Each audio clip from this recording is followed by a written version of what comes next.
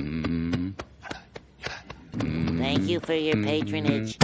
Thank you!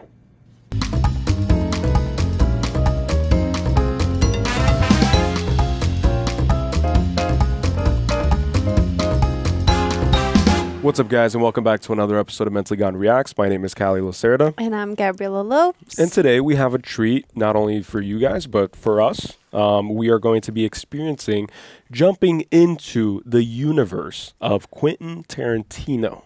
With Pulp Fiction. Pulp Fiction. Pulp Fiction, I think, is one of those films where if you haven't seen it, it's kind of like Shawshank Redemption, where if you haven't seen it and you're at a party and you're having a conversation with someone, they'll just drop everything. If they're eating a hot dog, they'll drop the hot dog and they'll just audibly gasp, you know, like, how haven't you seen Pulp Fiction? And my story, which I'm not going to get too into because it's literally my life story, but I was living in Brazil from 2010 or 2009, from 2009 to 2016 roughly. And I was living in Brazil. And so I only recently reintegrated myself into the American culture, kind of, right? So it's only been a few years. So I've been living in the U.S. Since 2016. And that's my way of saying, like, I never had the opportunity to really jump into movies. And that's why we had the idea of coming together and creating this channel and experiencing it on this channel, which we've been grateful for the opportunity. But yeah, so that's one of the reasons why I kind of just want to like really just jump into everything that I've missed so far. And Quentin Tarantino, I've seen his episode on Joe Rogan, and I've seen his episode on my other favorite comedy podcast. It's called Your Mom's House Podcast, where Tom Segura, who's one of my favorite comedians, he interviewed Quentin Tarantino. And that's as far as I know of my understanding. Like, I've never seen any of his films, and so I want to jump into the universe. And we quickly researched beforehand. We saw like the list of movies that he has created so far, and there is one, I believe, before this one, which is Reservoir Dogs. Oh, Reservoir Dogs. Yeah, but then we just figured, like, all right, so we're going to jump in with the most iconic one, which is Pulp Fiction, and then eventually, like, we'll do all of it. Like, we plan on experiencing all of Quentin Tarantino. Yeah. And he has, like, very few films, right? Like... Yeah. From the list, I think I saw, like, like 8. One of his, not franchises, but one of his titles is, it has a part 1 and a part 2. So I think altogether it's like 9 films or something. Oh, is it Kill Bill? Yeah, I think it's, yeah. Because I know that I know a lot about, like, not about that movie, but I've seen, like, you know, of it. Mm-hmm. And I know that there's, like, multiple parts of that one. But I didn't know that one was Tarantino until just now when we were talking about it. Yeah. But... what was I going to say? Yeah, I have no explanation. I know that, like, I appall myself knowing that I haven't watched a lot of these, like, cult classic movies. And my explanation that I will say every time, because it's just the truth, is that I just rewatch the same movies that I like. Yeah. And it's typically, like, young adult, rom-com, romance, like that stuff. Like, trust me, I've probably seen all of them. Guys, like, like she's watched almost every single romantic film, like those, like, which I've, like, it's not my cup of tea, so to me it's kind of cringy, it's kind of corny at times, but it's those, like, coming of age and, like, romantic stuff. Yeah, that's like recent movies. Even it's like those throwaway Netflix movies that's just like mindless entertainment. Like, that's all she consumes. I feel like romance, because like the whole purpose of life is love, you know. It's love, that's man. why I hate horror movies, but I'm willing to experience horror movies on this channel, because there are a lot of horror movies, because I just don't like horror movies. Yeah. And then even action movies, like, I've never been an action type of person. So my 2 favorite genres of movies, which I actually put a poll on our Patreon to figure out, like, what our patrons' favorite genres of movies are, but my 2 favorites would fall under, like, romance and like a thriller.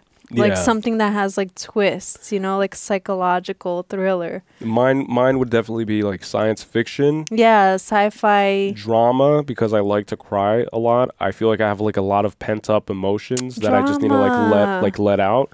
So drama, comedy is always a great time. Comedy. And action. Oh, comedy. Oh, no.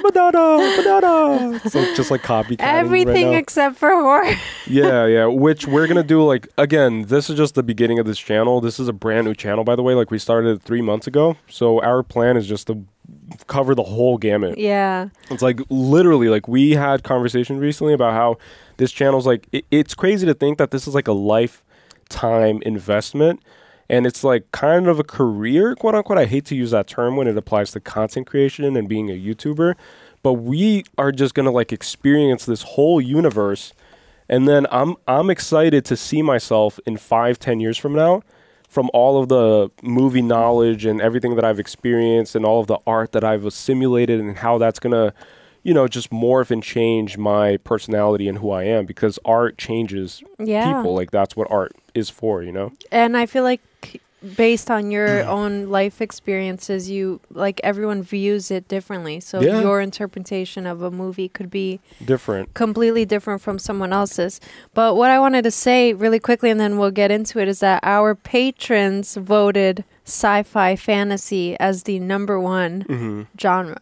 Yeah. So we're gonna look into some sci-fi fantasy, because maybe that's what a lot of people prefer, if that was like the overwhelming vote. And then second place was action. But yeah, and so let us know below too, like, what genre you enjoy watching, what genre you would like us to watch. What specific movie would you like us to watch? Yeah, even movie, movie recommendations. But we're currently focusing on the recommendations of our patrons. So if you're like dying to, for whatever reason, see us reacting to a specific movie, then subscribe to our Patreon. And we have like, I have like conversations with people on there. Messages, comments. I've been putting polls and posts, so it's definitely the best way to kind of connect with us, because we try to get through all the comments, and we try to reply to as many people as we can, and we try not to be like robotic about it, like just put an emoji, a smiling emoji, and say thanks, whatever. Like, we try to actually respond. And so the best way right now is through Patreon, because it's still like in its infant stage. Like, you know, like it's going to grow, I assume, I hope, in the coming years. But for now, it's like it's a very intimate, close-knit community. Because before we started like doing it as well as we are now, like on our reaction channel, I was able to get to most of the comments, but now it's like 500 comments on each video. Like, it's impossible. I literally cannot. Like, we read them, almost all of them, because it comes up on our notifications, and we read through them. Like, we've seen the long ones, the short ones. Like, we've seen them all. The positive ones, the negative ones. Yeah, the ones commenting about certain things that I'm not fond of, but whatever. We'll keep it pushing.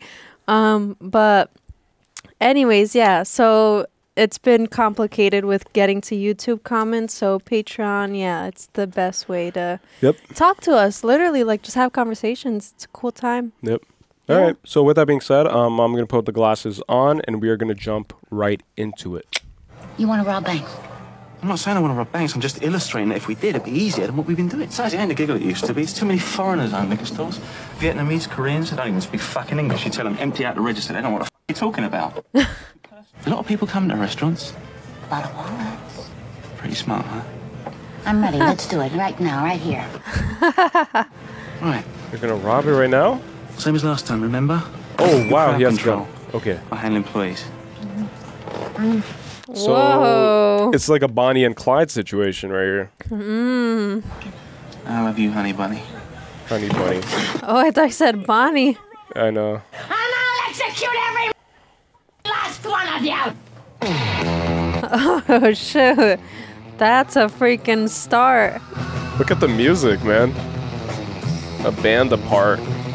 And Jersey Films. We're from New Jersey, huh? Forget about it. And you know what they call a quarter pounder with cheese in Paris? They don't call it a quarter pounder with cheese? Oh, man, they got the metric system. They wouldn't know what the fuck a quarter pounder is. And what do they call it? They call it Royale with cheese. Royale. Royale.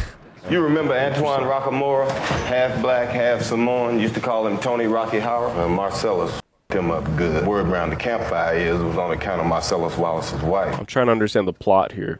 Yeah, what are they? Then what Marcellus do? Sent a couple of cats over to his place. They took him out on his patio, through his balcony. Damn. What?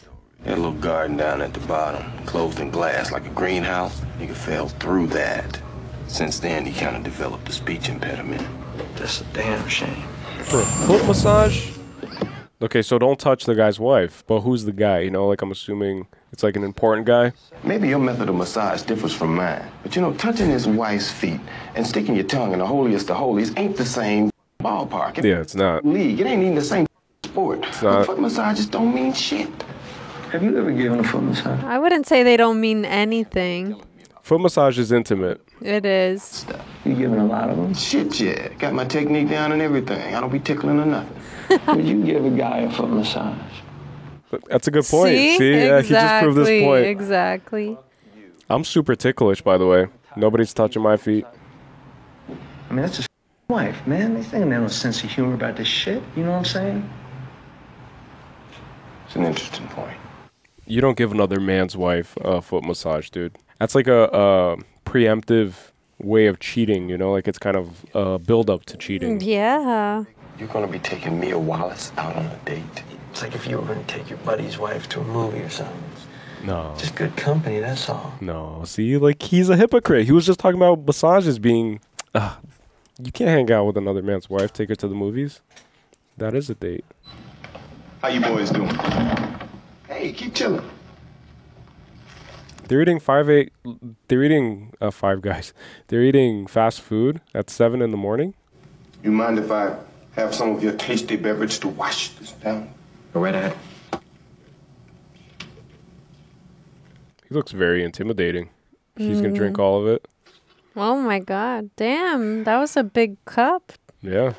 Well, it was probably like halfway through. Flock of seagulls. You know why we're here? Why don't you tell my man Vince here where you got the shit here at? It's over there. I don't remember asking you a goddamn thing. You were saying? It's in the cupboard. I could feel the tension, you know? No, the one by your knees. Yeah, I don't know what's going on. And what business are they in? Like, I'm assuming it's a drug business? Because they kind of look like they're in the mob. Like, in the mafia. They're like hitmen or something. 666. Damn. Huh. We happy. Why is it glowing? Is it like gold? I just want you to know how sorry we are that things got so with us and Mr. Wallace. When we got into this thing with the best intentions, really. I never... Oh, my God. Describe what Marcellus Wallace looks like. What? Say what again? Say what again? I dare you. Oh my God. I would pee myself. Say what one more goddamn time. That's what I kept thinking, is that his crotch is probably... Does he look like a bitch? What? Oh, he warned him. He look Oh, like my God. a bitch. Then why you try to Brett? Yes, you did. Oh my God. Oh, that's so crazy. And you will know my name is the Lord when I lay my vengeance upon thee. Wow. Oh, shoot. That's a crazy passage. I never heard that before. I've heard the Brothers Keeper line a lot, and I guess that's where it comes from. So they work for Marcellus Wallace. Because a year from now, when you kicking it in the Caribbean, you're going to say to yourself, Marcellus Wallace was right. Yeah, so it is him. I got no problem with that, Mr. Wallace. In the fifth, your ass goes down. In the fifth, my ass goes down. So he's probably a hitman too, Yeah. because he got paid. Big man's wife. I'm gonna sit across from her, chew my food with my mouth closed, laugh at her jokes, and that's it. Hey, my name's Paul, and this is just between y'all. Nobody wants to touch her because she's radioactive, you know? Yeah. Like every man that comes close gets hurt. You looking at something, friend? You ain't my friend, Palooka. What's that? I think you heard me just fine, Punchy. Some Vegas in the house? My get your ass over here. It's a very confrontational first interaction. I was just curious, but why would you wear a stud in your tongue? Sexting. Helps fellatio. Vincenzo. It helps fellatio. I would think it would get in the way. Yeah. But this one is a little more expensive. This is 500 a gram. When you shoot it, you will know where that extra money went. Now, there's nothing wrong with these two. This is real good shit. So it's heroin? I don't know. I'm not into that stuff. Don't with another man's vehicle. You don't do it. It's just against the rules. Mind if I shoot up here? Hey, mi casa, su casa. He just said he wasn't gonna do it. Oh, shoot. We're doing this right now? Oh, man. I didn't get mine ready. No, I'm kidding.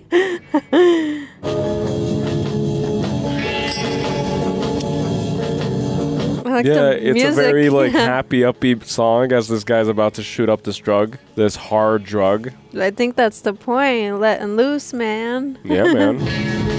You got a convertible. Oh. I hate needles, guys. I hate needles. I hate the sign of blood. I'm super squeamish when it comes to those things. I don't know why. I don't mind it.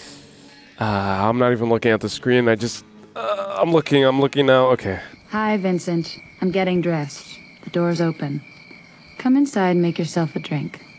Mia. Okay. Oh, that's an invitation, all right. Yeah, I'm getting dressed. You don't tell I'm currently undressed. Yeah. Like, basically. But come inside, you know? Oh, look. She's watching him. She's already dressed. Vincent. I've seen that meme before. I'm on the intercom. Look. You see that meme? Where is the Oh, intercom? him like, Of him going yeah, like that? yeah. That's where it's from. Push the button if you want to talk. Go make yourself a drink and I'll be down in 2 shakes of a lamb's tail. The bar's by the fireplace. Is that code? 2 shakes of a lamb's tail? I've never heard that before in my life. Sounds like something they say in the South. It's like, that was crazier than 2 shakes of the lamb's tail. Yeah.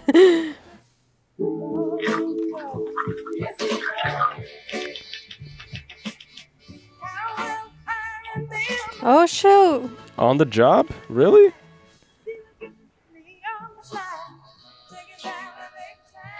Oh, it's her. Yeah, it's her. Oh, I thought it was him. No, I saw her black nail polish. Yeah.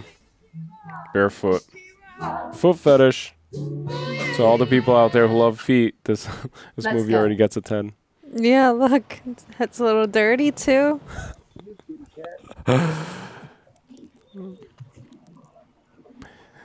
This has such a unique style to it. Like, I can't quite explain it yet, but it has like such a unique way with the transitions, with the flare transitions, with the even her doing the square thing and then it just like popping out.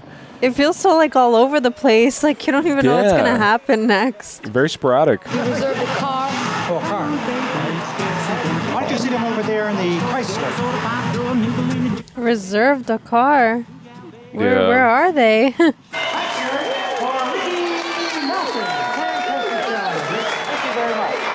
Oh, you reserve a car. That's so cool. And you eat out of the car. Yeah, look, has a little table.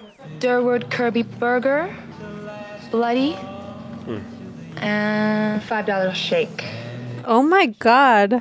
Martin and Lewis. She's a woman of taste. That's a shake. That's milk and ice cream. You don't put bourbon in or nothing? No. I'll be right back with your drinks. Whenever I get a milkshake with a burger, it's always like $8. I don't even care. I want a shake. You know any animal jokes? Well, I only got the chance to say one because we only did one show. Tell me. Oh, shoot. I promise I won't laugh. That's what I'm afraid of, Vince. That's not what I meant. You know it. Now, I'm definitely not going to tell you because it's been built up too much. So it didn't perform well, the show, because it didn't go past the pilot. Vanilla Coke. Vanilla Coke. This is when they used to make the Coke. Yeah. Right, it's interesting. Vanilla Coke. Interesting. Yeah, like they have cherry Pepsi and stuff, you know? It's Yeah. like the same spiel. I gotta know what a $5 shake tastes like. You can use my straw. I don't have cooties. Yeah, but maybe I do. Cooties I can handle. Oh. All right. Oh, she's flirty. She wants a taste of Vincent, that's for sure. He wants to taste her smoothie. That's interesting. I think it's all very Damn, symbolic. it's a pretty good milkshake. Told you. I don't know if it was worth $5, but it was pretty good. Meaning she's worth risking it all, maybe, you know? It's like, it's the value and the symbolism with the food. Yeah, yeah. It's like tasting her milkshake to see how sweet it is. I'm gonna go to the bathroom and powder my nose. You sit here and think of something to say. I'll do that. She's the boss.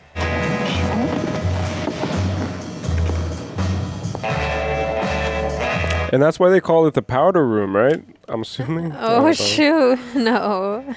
That's funny. Isn't it funny how every rich person's house... Oh, look. Oh, the iconic scene. Sounds like you actually have something to say. Well, I do. But you have to promise not to be offended. No. And my natural response could be to get offended. Then, through no fault of my own, I would have broken my promise. That's what you do a lot to me. It's like, promise you won't get angry. You promise you won't get mad. I just said that Antoine had given you a foot massage. And? And nothing. That's it. You heard Marsalis threw Tony Rocky Horror out a four-story window for giving me a foot massage? Can you believe that? It does sound pretty crazy. I do believe Marsalis, my husband, your boss, told you to take me out and do whatever I wanted.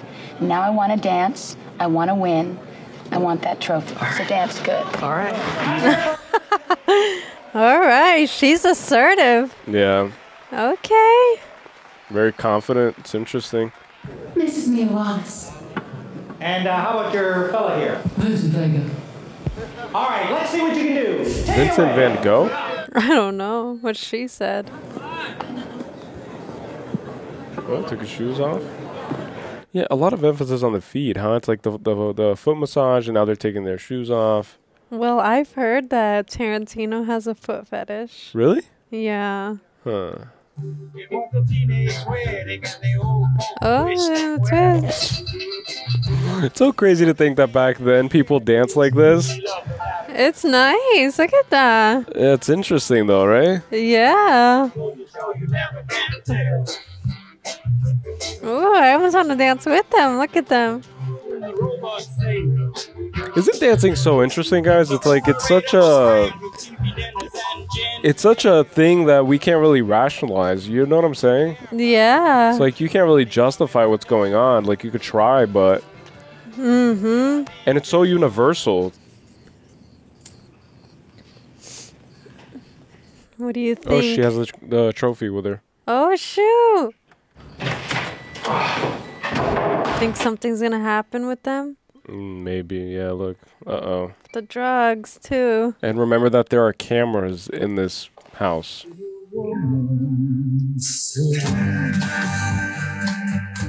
Music plays a huge part in this film. Yeah, it's like always in every scene. Yeah, and it kind of sets the tone.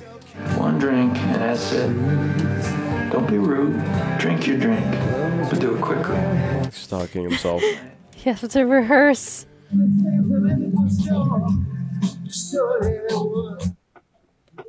What if she drugs his drink? Yeah. And he's like, one drink. Being loyal is very important. See, he's smart though, because he's like rationalizing it, you know? Yeah, because most men would just dive into it and just like let the tide kind of take them, you know? But he's taking a step back and looking himself in the mirror, and that's very important. Yeah. Can you snort heroin like that? Like, I don't know if you can. Is she about to die? I don't know what's going on. Yeah, I don't know anything about hard drugs. Was she supposed to use that? Like he didn't need that for anything else? Or was that for himself? I don't know. Oh, shoot. Holy shit. She's gonna die? I mean, I'm sure you're not supposed to snort what you're supposed to be shooting up, you know? And she's already, like, had her fair share for the night. Oh my god, did she die? Oh. So listen, I gotta go. Right? She's still alive? She's blinking. Oh, Jesus Christ. Oh, me. Me. Oh. Come on, girl. We're getting out of here. We gotta walk now. No, no. Okay, well, she's still alive. Yeah, she was blinking. Today, I'm surprised it's ringing this many times. I know. Okay, well then you bite the bullet and you take her to a hospital and call a lawyer. Negative. This is not my problem, man. You f***ed her up. That's crazy, bringing a person who's dying. You were talking about drugs. dog shit on her belly. Look, put your car in my f***ing house. Hey, are you deaf? You are not bringing this bitch into my house. Scream any louder so the neighbors can hear. I know. I know, right? Like, no one's gonna call the cops? Now, come on, help me. Pick her up. Come on. They have to save her. What's wrong with her? She's all dead. Get her the hell out of here! Shut up! You two! Oh my gosh, just help her, don't. Operation Life. Yeah. It's like foreshadowing. I never had to give an adrenaline shot. You've never given an adrenaline shot? I never had to, all right? I had to go to a bar with a bunch of bubble gummers. My face can't handle that. Get shot! Oh, you're not talking to me. Start talking to her. Shot, right. Adrenaline shot. It's like, get the shot. Like, they're screaming out. Mm-hmm. What are you looking for? A little black. Oh my gosh. A textbook they give to nurses. So chaotic. I know, but it's also real, right? Like, it feels real. Yeah. You're shot in the heart. My guess it's got to be fucking exact. I don't know exactly where her heart is. I mean, I think it's right here. That's it. This it? All right. Oh, What I need another is a big needle. fat magic marker. Ooh, that's a huge needle. Oh my Oh, god. these are the ones that they go tst, and they just like stick it, I think. Give me that. All right, tell me what to do. You can never once, but it's got to be hard enough to get through her breastplate into her heart. All right, and then once you do that, you press down on the plunger. Okay, then what happens? Yeah, they do it like forcefully. It's no f***ing joke, man. I'm not gonna kill her. I'm gonna kill her. She has to come out of it like that. It's. Oh man, I'm getting so much anxiety, guys. I just have an like irrational fear of needles. Oh, that's a thick one, boy, too. Is he gonna do it good? Come on. Ah, God. Oh my God. Oh my gosh. Oh my God. She's alive. Oh my God, guys. Oh my God, I'm like literally feeling dizzy. I'm not even kidding. I need a drink of water. That was trippy. Let's go. Don't tell your husband about this, all right? She looks like she died and came my back. gosh. Yeah, she was already kind of like Pale. twisted looking. Now she's... Yeah, she was doing the twist and then she was twisted. 3 tomatoes are walking down the street. Papa tomato, mama tomato, and baby tomato. Baby tomato starts lagging behind, and Papa tomato gets really angry, goes back and squishes him, says, ketchup.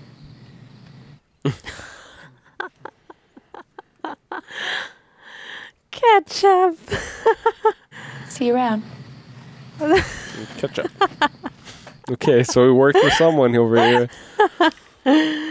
That's so funny. Oh, they're in love.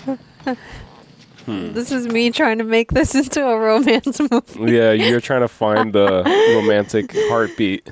Every movie needs a little romance. Come on. Everybody need a little love. Butch, stop watching TV a second. Yeah? Butch? Special visitor. Isn't Butch Bill Willis?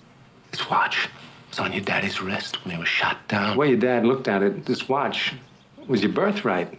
You'd be damned if any slope's gonna put the greasy yellow hands on his boy's birthright. You'd be damned. I was waiting for that to happen. He died of dysentery. He gave me the watch. You I hid this uncomfortable hunk of metal up my ass. 2 years. Little man, I gave the watch to you. So his dad kept the watch up his ass so it wouldn't be confiscated. Huh. Oh, now it's a boxing movie. It's so all over the place and there's no like statement about what's happening. Like there's no conversation with the audience, which I appreciate actually because it forces us to work even harder to make sense of everything. But it seems very sporadic, you know? But it's also making sense in a way. He's a boxer? Yeah. What the frick is going on? That's why Wallace said that on the Punch fifth or something? On the fifth you go down on the 5th round. Oh. On the 5th round you go down because it's rigged. So that's how they would make money and that's how they would wash their drug money is by betting. Oh, shoot. You know, so it's money laundering. And I heard Vincent call him like Punch something. Oh yeah, Punch Man or whatever.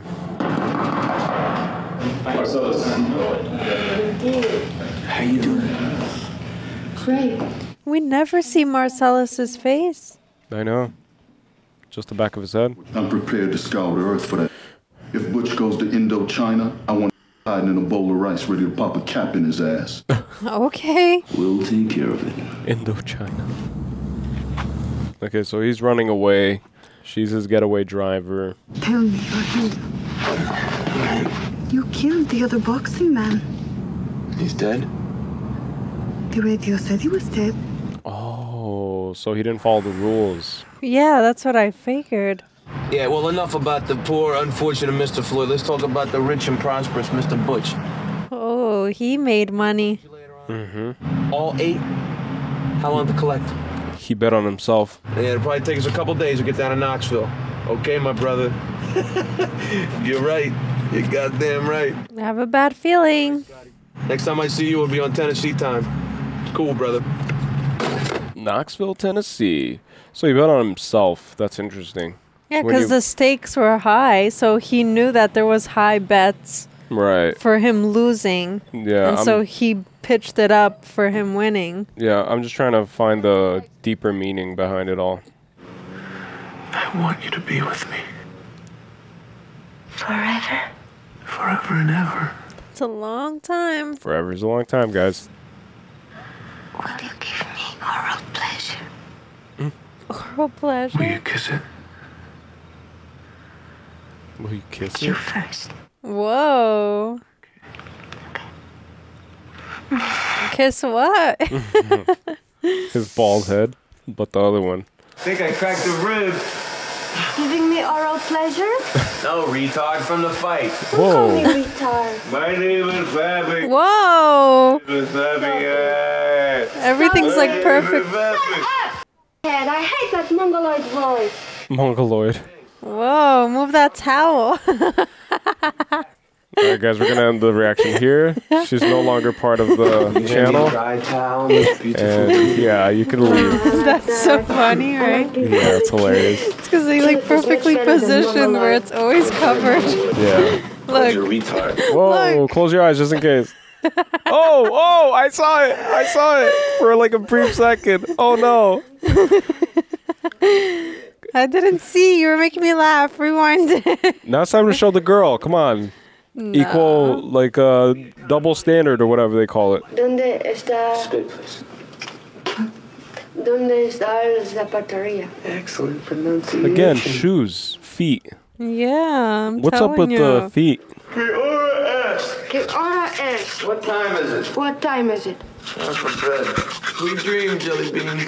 Callie wants to see her pot belly. Let me see a piece of France. Of a pot belly. Yeah. Satisfied? Yep. Get up, easy fellas. I wonder if he's sleeping. I'm still on edge. No, he slept at night and then now it's the morning. To drink, a tall glass of orange juice and a black cup of coffee. After that, I'm going to have a slice of pie. Hi for breakfast.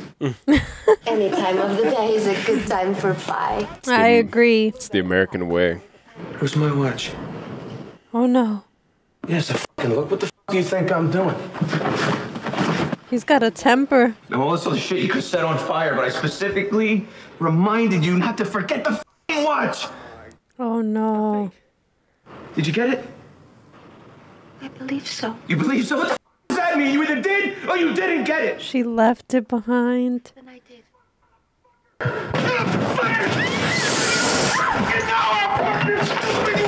No! Yeah, he definitely has a temper. It's not your fault. See, how do you like him now, babe? You saw him naked.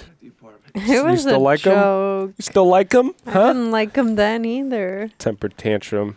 Reminded you about it, but I didn't illustrate how personal the watch was to me. All I gave a about was the watch. I should tell you that. I'm not a mind reader. Damn, he really collected himself quickly, though. He could have. Like this bipolar. Yeah. I saw your watch. I thought I brought it. I'm so sorry. Now he's gonna risk his life. What if the plot twist is that the watch is there somewhere and now he's going back for nothing? All the fucking things she can fucking forget. She forgets my father's watch.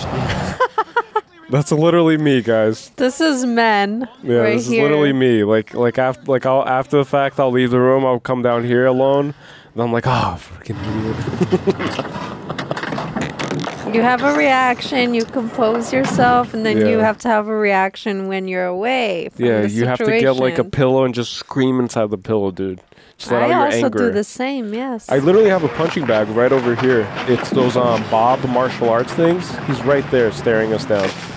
And occasionally I'll just go up to him and just fucking let it all out. Except I'll do it where I'm composed in the situation and then I walk away and cry. Yeah. So. Yeah. That's how we deal with our anger towards each other. Make your money, then buy your freedom. Freedom is not free in America. Oh, remember how they tossed the other guy over the balcony? Yeah, maybe that's alluding to it, right? Maybe. I just thought of that because I saw him like walking on these like balconies. I didn't even think about that, but this one only has 3 floors, so he might be more unscathed if he's tossed off. Let's see what happens. Imagine he just gets shot as soon as he puts it in. Boop. That's what she said. There's probably someone waiting there, no? No, I don't know. Come on. Let's see. I mean, if I was finding, like, definitely have someone planted at the person's house, for sure. I was going to say, is he going unarmed in there? Like, he doesn't have a gun for himself? That's a good point. Oh, there's the watch. Okay. Now get out.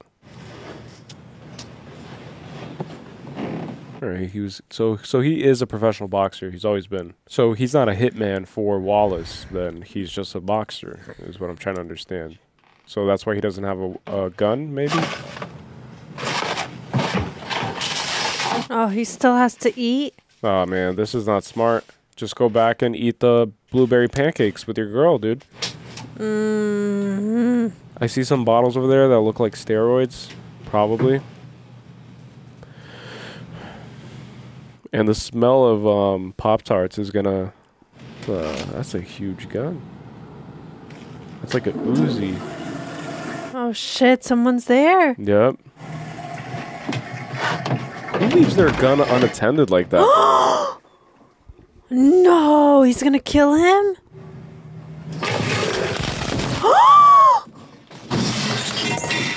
That's wild. That's crazy. And what set the alarm off was the smoke from the gun. It's not even the... And maybe that was the first time he ever shot a gun. Who knows?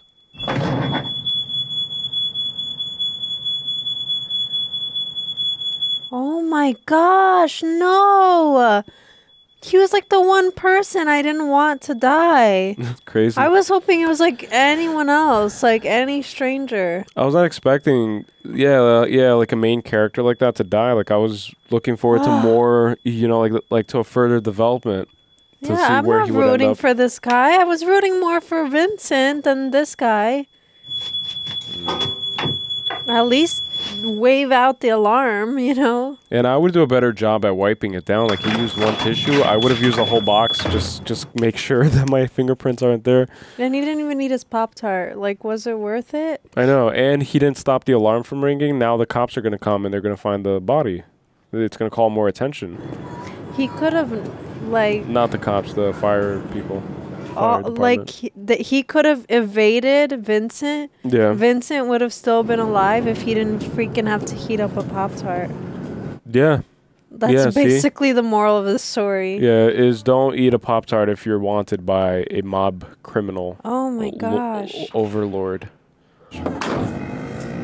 And you hear the motorcycle just like in the movie that she was watching.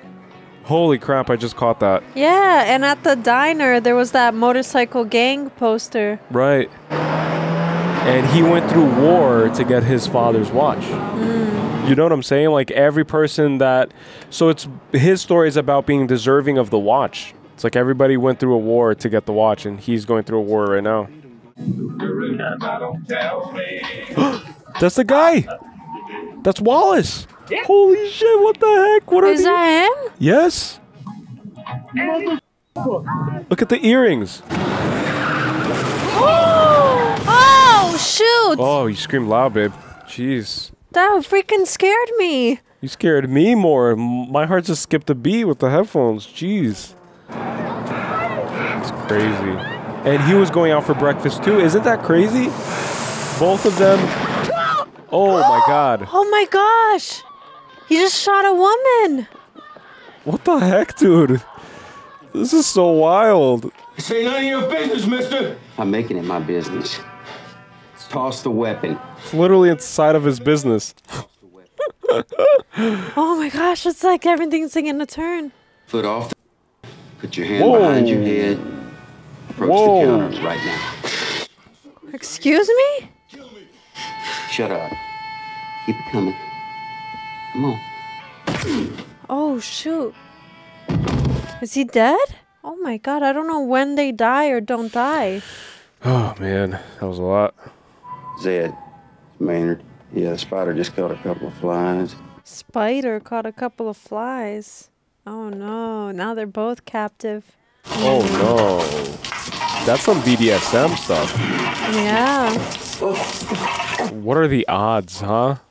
I think that this movie is about odds too. It's like, what are the odds of things happening the way they happen? Like, there's no rhyme or reason to life. Hey, Grace all right out front. Yeah, it ain't Tuesday, is it? No, it's Thursday. She'll be fine. Oh shoot, so he did call a cop. Security officer. Oh, security. Guess you just have to go wake him up now, won't you? Oh, I don't like the looks of this. It's interesting how there's a dynamic of power, you know? Like, Wallace was his boss, and now this guy's the other guy's boss. It's like a reflection, kind of. You know? It's like reflecting back. Oh my gosh! What the heck? What is that? What the heck is going on, dude? Sounds like a zombie. No, this is like pup play. Oh, I know. I heard it going like snarling, though. I don't know. What the heck is going on, dude? This is so wild. What are they taking him in the back to do to him? I think he's gonna take it in the back, just like you said. He could escape this pup guy, or no? Just box him out or something? Yeah. Go! Run! Quicker!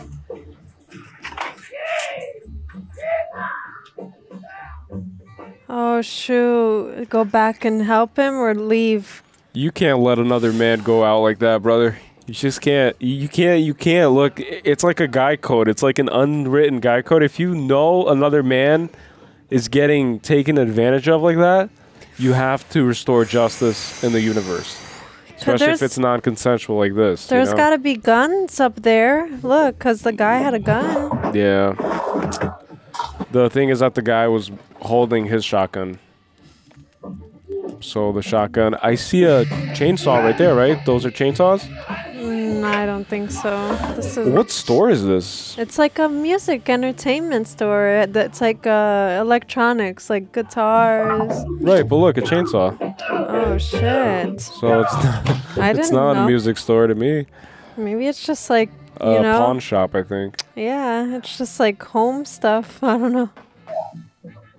Oh, a katana. I think that's how you say it, katana. Samurai sword, dude. That's crazy. He's waiting pretty long. I know, right? Like, he's taking his time, dude. Every second. I could imagine every second, you know? Makes a difference. Come on. Yeah, every second. It's like... I know, he's just like slowly letting them have their way. Oh my god. Oh my god. Shit. Oh my god. Oh my god, dude. This took such a crazy twist. I was not expecting any of this. Dude, do it.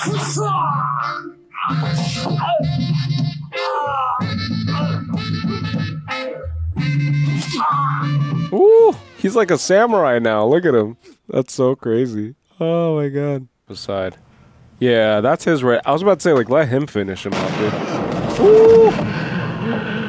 I still think that they should force the pup play guy to go at it with this guy now. You know what I'm saying? It's like, maybe I have a messed up mind, but that's what I would do. I have a feeling that he's still gonna kill him. You hear me talking, hillbilly boy? I ain't through with you by damn sight. I'ma get medieval on your ass. I would too, dude. 100% with him. You leave town tonight, and when you gone, or you be gone, You lost all your LA privileges. Deal? Get your ass out of here. No problem solved. I mean, at a cost, right? At Wallace's expense, but that's wild, dude. I was not expecting this to take this turn. This is so crazy, dude. What the heck? What the heck is even this? How does he know how to drive a motorcycle? I guess he knew. I was gonna say the same thing. I guess it's like riding a bike, literally. Who is he calling out to? The girl. Oh, shoot. He got there already? Where did you get this motorcycle? It's not a motorcycle, baby. It's a chopper. Come on, let's go. What happened to my Honda? I'm sorry, baby. I had to crash that Honda. Will you come on now, please? She's kind of slow, honestly. I know. Come on. It's like he's literally saying... Zed's dead, baby. Zed's dead. Zed's dead. Isn't that a name of like an artist, a musician? I'm pretty sure I've heard that before. It's like a EDM DJ. Zed's dead. Know. I'm pretty sure I've heard that before. Zed is dead. Yep. The Bonnie situation. And Marcellus Wallace don't like to be fucked by anybody except Mrs. Yes! Well, there's this passage I got memorized, sort of fits this occasion. It's going back and forth. Those who attempt to poison and destroy my brother, I lay my vengeance upon thee.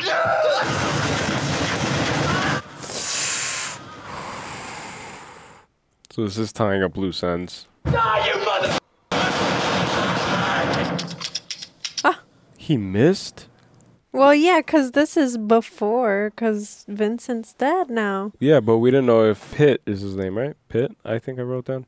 Yeah, but even him, they went to see Marcellus right after. Oh, you're right. I'm just wondering why they went back to show this third kid, huh? Well, you gotta have an opinion. I mean, do you think that God came down from heaven and stopped... What's happening? Oh, man, man. I was thinking it. Oh, man, I seen some crazy-ass shit in my time, but this... Chill out, man. I told you it was an accident. He went over a bump or something. Hey, the car ain't hit no motherfucking bump. Oh, my God. What is this, dude? What is this? As soon as I saw it pointed. Jimmy, yo, how you doing, man? It's Jules. Just listen up, man. Me and my homeboy in some serious fucking shit, man. We're in a car. We gotta get off the road pronto. I need to use your garage for a couple hours. Oh, my God. Talk about divine intervention, huh? Yeah.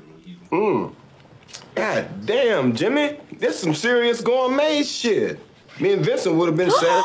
Oh, shoot. That's Quentin Tarantino. Yeah. Bonnie goes shopping. She buys shit. I buy the gourmet expensive stuff because when I drink it, I want to taste it. But you know what's on my mind right now? It ain't the coffee in my kitchen. It's the dead in my garage. Oh, my God. Did you notice a sign on the front of my house that said dead storage? Jimmy, you know I ain't seen no shit. Did you notice a sign in the front of my house that said dead storage? Oh, my God. No. What's with the language in this movie, dude? All right, no marriage counseling, no trial separation. I'm going to get fucking divorced, okay? And I don't want to get divorced. Fuck, I mean, I want to help you, but I don't want to lose my wife doing it, all right? She comes home from a hard day's work, finds a bunch of gangsters in her kitchen doing a bunch of gangster shit. Ain't no telling what she's liable to do. Wait, he's married to a black woman? Yeah, I guess. What? Go back in there and chill them out and wait for the wolf, who should be coming direct. Sending the wolf? Feel better, mother? Shit. That's all you had to say. All right, the wolf. Okay. Whoever that is. Send the wolf. Look, I thought that was Esmeralda for a second. No. Vincent. 30 minutes away. I'll be there in 10. He has a Gucci watch. 9 minutes, 37 seconds later. You have to even, like, specify. 40 minutes to get the fuck out of Dodge. Which, if you do what I say, when I say it, should be plenty. You got a corpse in a car, minus a head in a garage. Take me to it. Jesus. Big mess. Don't get me out there on the road and find out the brake lights don't work. Hey, man, as far as I know, the motherfucker's tip-top. Let's go back to the kitchen. Here you go, Mr. Rope. Thank you, Jimmy. Oh, man, this is intense. I don't even know what's going to happen. Took us back in time. Yeah. I need you two folks to do is take those cleaning products and clean the inside of the car. Talking fast, fast, fast. You need to go in the back seat. Scoop up all those little pieces of brain and skull. Get it out of there. Oh. Camouflage the interior of the car. We're gonna line the front seat and the back seat and the floorboards with quilts and blankets. So if a cop stops us and starts sticking his big snout in the car, the subterfuge won't last. But at a glance, the car will appear to be normal. They have to do this in like 30 minutes. I like oak myself. That's what I have in my bedroom. How about you, Jimmy? You an oak man? Damn. Very interesting so far. Like, I'm completely enamored by everything. In fact, what the am I doing in the back? You the mother to be on brain detail. We're switching. I'm washing the windows and you picking up this score. That's right. That's how it should be. I can't believe this is the same car. Well, let's not start sucking each other's dicks quite yet. Phase 1 is complete. Clean the car, which moves us right along to phase 2. Clean you two. Strip. Oh, that's why they were in t-shirts. Yeah, that's what I was gathering too. Don't do nothing stupid like leaving this shit out front for Otto the garbage man to pick up, you know what I'm saying? Don't worry, we're taking it with us. Okay, gentlemen. You've Oh, both been they're to gonna- county before, I'm sure. Here it comes. Oh, I was like, is he pointing a gun at them? Yeah, but that's what it's supposed to imply, kind of. It's because you're so used to it. Getting hosed down? Shit. And it's funny how Quentin Tarantino is kind of directing him, you know? Yeah. Get him up there a little bit over there. It's like, that's actual directing right there. That's so crazy. I've never seen that. That's so funny. That's so wild to me. That a director is playing a character and also directing. They look like a couple of dorks. Ha ha ha. Hey, you're closed, mother. We're laughing our way right into prison. Don't make me beg. Oh my Oh, god. damn. We didn't even see the corpse till now. Monster Joe's gonna be disposing of 2 bodies. Monster Joe. Monster Joe's. Respect for one's elders shows character. I have character. Because you are a character doesn't mean that you have character. Because you are a character doesn't mean you have character. Isn't that interesting? Yeah. It's like breaking the fourth wall. I've never seen this before. Yeah, she's just a character in this movie. Ooh. Oh, now they're... Oh, what about that couple at the beginning? Full circle, right? Yeah, I just remembered them. Well, we have to be talking about one charming pig. I mean, he had to be 10 times more charming than that Arnold on Green Acres, you know what I'm saying? And they're charming fellas, you know, like they're charming people, and they're pigs. Interesting. I mean, I don't know why, but I can't go back to sleep. You serious? You really thinking about quitting? The life? Yeah. Most definitely. It's interesting. Yeah. And without a job, a residence, or legal tender, that's what you're gonna be, man. You're gonna be a bum. Look, my friend, this is just where you and I differ. Got some. It's interesting. Oh, shit. Look. But water into wine, All shapes and sizes, Vincent. Talk to me that way, man. If my answers frighten you, Vincent, then you should cease asking scary questions. I'm gonna take a shit. My answers frighten you. Don't seek. Sitting here eating my muffin and drinking my coffee and replaying the incident in my head when I had what alcoholics refer to as a moment of clarity. To be continued. To be continued. Just like this scene. It's like tying up loose ends. Yeah, like we never saw what happened with the couple. You understand me? Yes. Listen, everybody. Cooperate, and this will all be over in a minute. Down. Well done. And he's reading the same book that he was reading when he was taking a dump at Bruce Willis's house. I forget his name, Butch's house. You were going to say? Sorry. I was going to say the same thing, that Oh. he's just like always in the bathroom when the action is going down. Yeah. Tidy up, tidy up. That's it. Now get the down on the floor. In the bag. In the bag. It's funny because the Quentin Tarantino's character, Jules... No, it's not Jules. Quentin Tarantino's character's wife was named Bonnie. Yeah, Bonnie and Clyde. Yeah. And then now it's Bonnie and Clyde. I hate to shatter your ego, but this ain't the first time I've had a gun pointed at me. You don't take your hand off that case, it'll be your last. Stop causing problems. You'll get us all killed. Well, we know he doesn't die. No problem, I got it under control. Now I'm gonna count to 3. If you don't open that case, I'm gonna unload in your face. That rhymed. Yeah, if you don't unload the case, I'm going to unload on your face. That's what she said. No, that's what he said to her. 3. Okay, Ringo. You win. It's yours. Open it. What's in it? It doesn't show. It's beautiful. God damn it, what is it? That's what I'm asking, dude. Chill out, honey bunny. Chill! Just chill out, honey bunny. All right, now tell God. us it's gonna be all right. It's gonna be all right. Promise That us. girl's on crack or something. Come on, Yolanda, what's Fonzie like? Cool. What? Cool. Correctamundo. And that's what we're gonna be. We're gonna be cool. I love his character. Mm-hmm. You to let go of your gun, put your palms flat on the table. No sudden ready? movements. 1, Keep it cool. 2. And his friend's just in the bathroom the whole time, Vincent. Doesn't hear a thing. Yeah.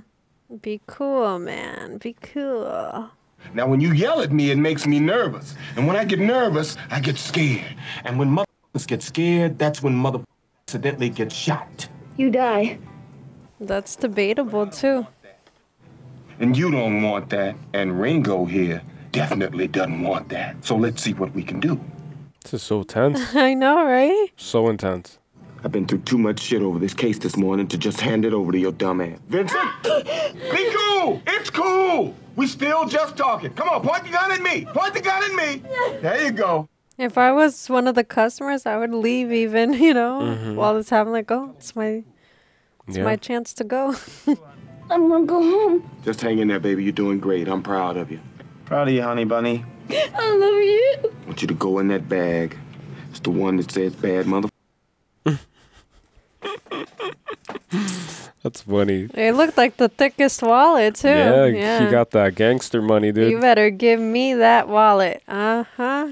No, Yolanda, he ain't gonna do a goddamn motherfucking thing. Vince, shut the fuck up! Come on, Yolanda. Stay with me, baby. Oh my God, I'm so invested. She's like pointing one of her hands. Yeah. I don't know what to do. Finger guns. And you will know I am the Lord when I lay my vengeance upon you. I never gave much thought to what it meant. I just thought it was some cold-blooded shit to say to a mother before I popped a cap in his head. All right, yeah, I'm starting to get it.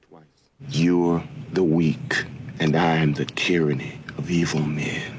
But I'm trying, Ringo. I'm trying real hard to be the shepherd. Wow. Oh my God. That's so crazy. So profound. I was not expecting anything like any of this. And everyone lost their money. Yeah. How's anybody gonna pay? Like, they're not gonna pay. On the house, guys. I think at this point. Yeah, that's probably a good idea. That's crazy, man. I got like 3 pages again of notes. Oh man, that's wild. And all this food is making me super hungry, by the way. I'm Me so too. hungry.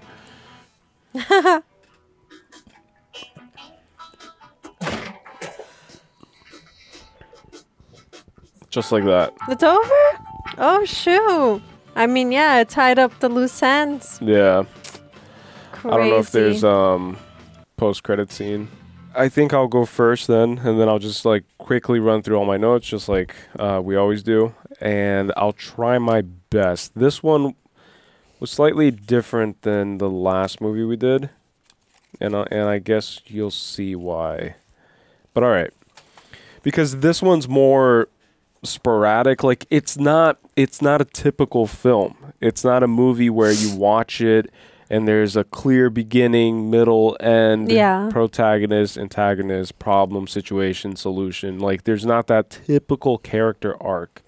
It's super sporadic, super all over the place, but it didn't make me kind of like turn off from it. It made me more invested.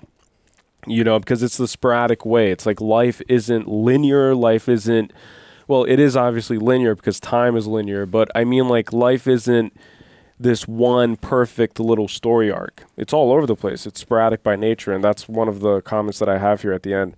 But all right, so the first comment I have is anarchist, the robbery at the beginning, Bonnie and Clyde. That's what I wrote down. So Honey Bun or Honey Bunny or Honey Bun or whatever. Honey Bunny, yeah. Yeah, her. So I'm gonna refer to them as Bonnie and Clyde.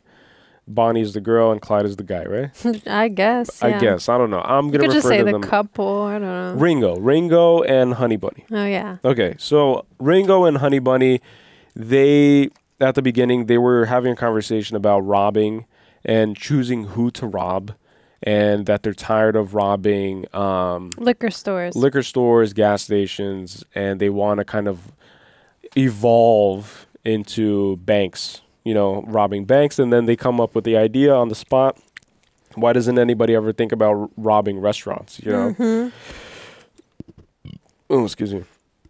And then they allude to the fact that people aren't expecting to be robbed while they're at a restaurant. It's just something that doesn't really happen. And I think that that also reflects in the entire movie. It's like we weren't expecting any of what happened. It's like every scene was a question mark. Like every scene played out, and then the question mark would present itself. And it's like, what's going to happen next? Like we didn't know. Like there was no clear linear, there was no build up, there was no kind of subliminal writing. Well, there is subliminal writing, but it's not programming you in a very obvious way to what's going to happen. It's very subconscious, you know, like her watching violence in the morning, watching a motorcycle movie that had guns and stuff, and then it kind of primed our brains into witnessing, or at least expecting in a way, Bruce Willis's character Butch, you know, hopping on a chopper after getting into a violent altercation, which was like super random and super by chance. But all right,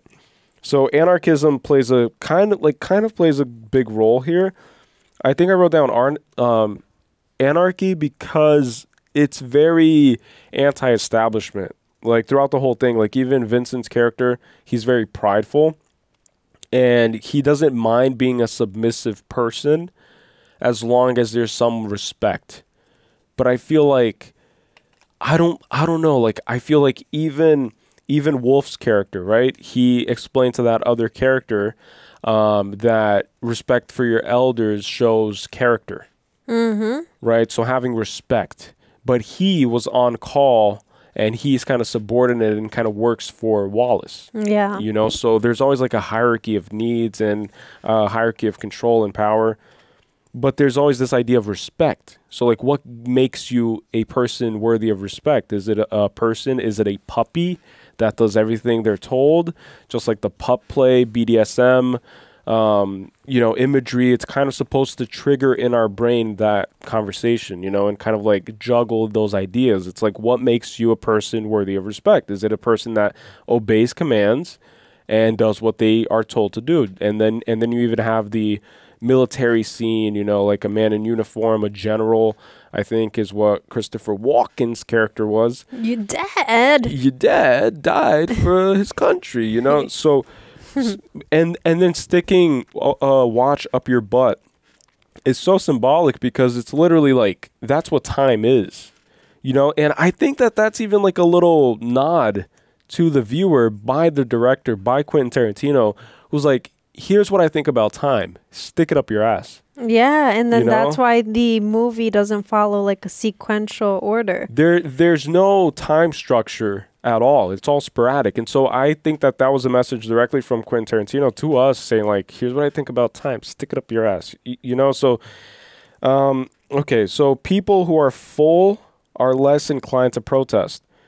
I wrote that down because I thought about like, oh, like that makes sense. Like if you're going to rob a restaurant, how many heroes are going to present themselves? How many people are going to actually protest the act of getting robbed when they're eating and they're filling their stomachs?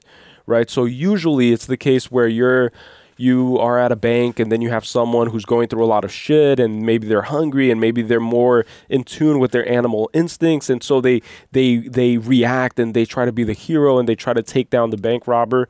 You know, like the chances of that happening are higher than if you're at a diner and everybody's eating with their families and having a good time and bonding over food, that they're going to like risk that moment and that thing for, you know, to like be a hero kind of, you know? and in a bank it's like already probably like a stressful situation or you're just there to get this thing done and get out kind of. So people who go to the bank, like that's the way that it is.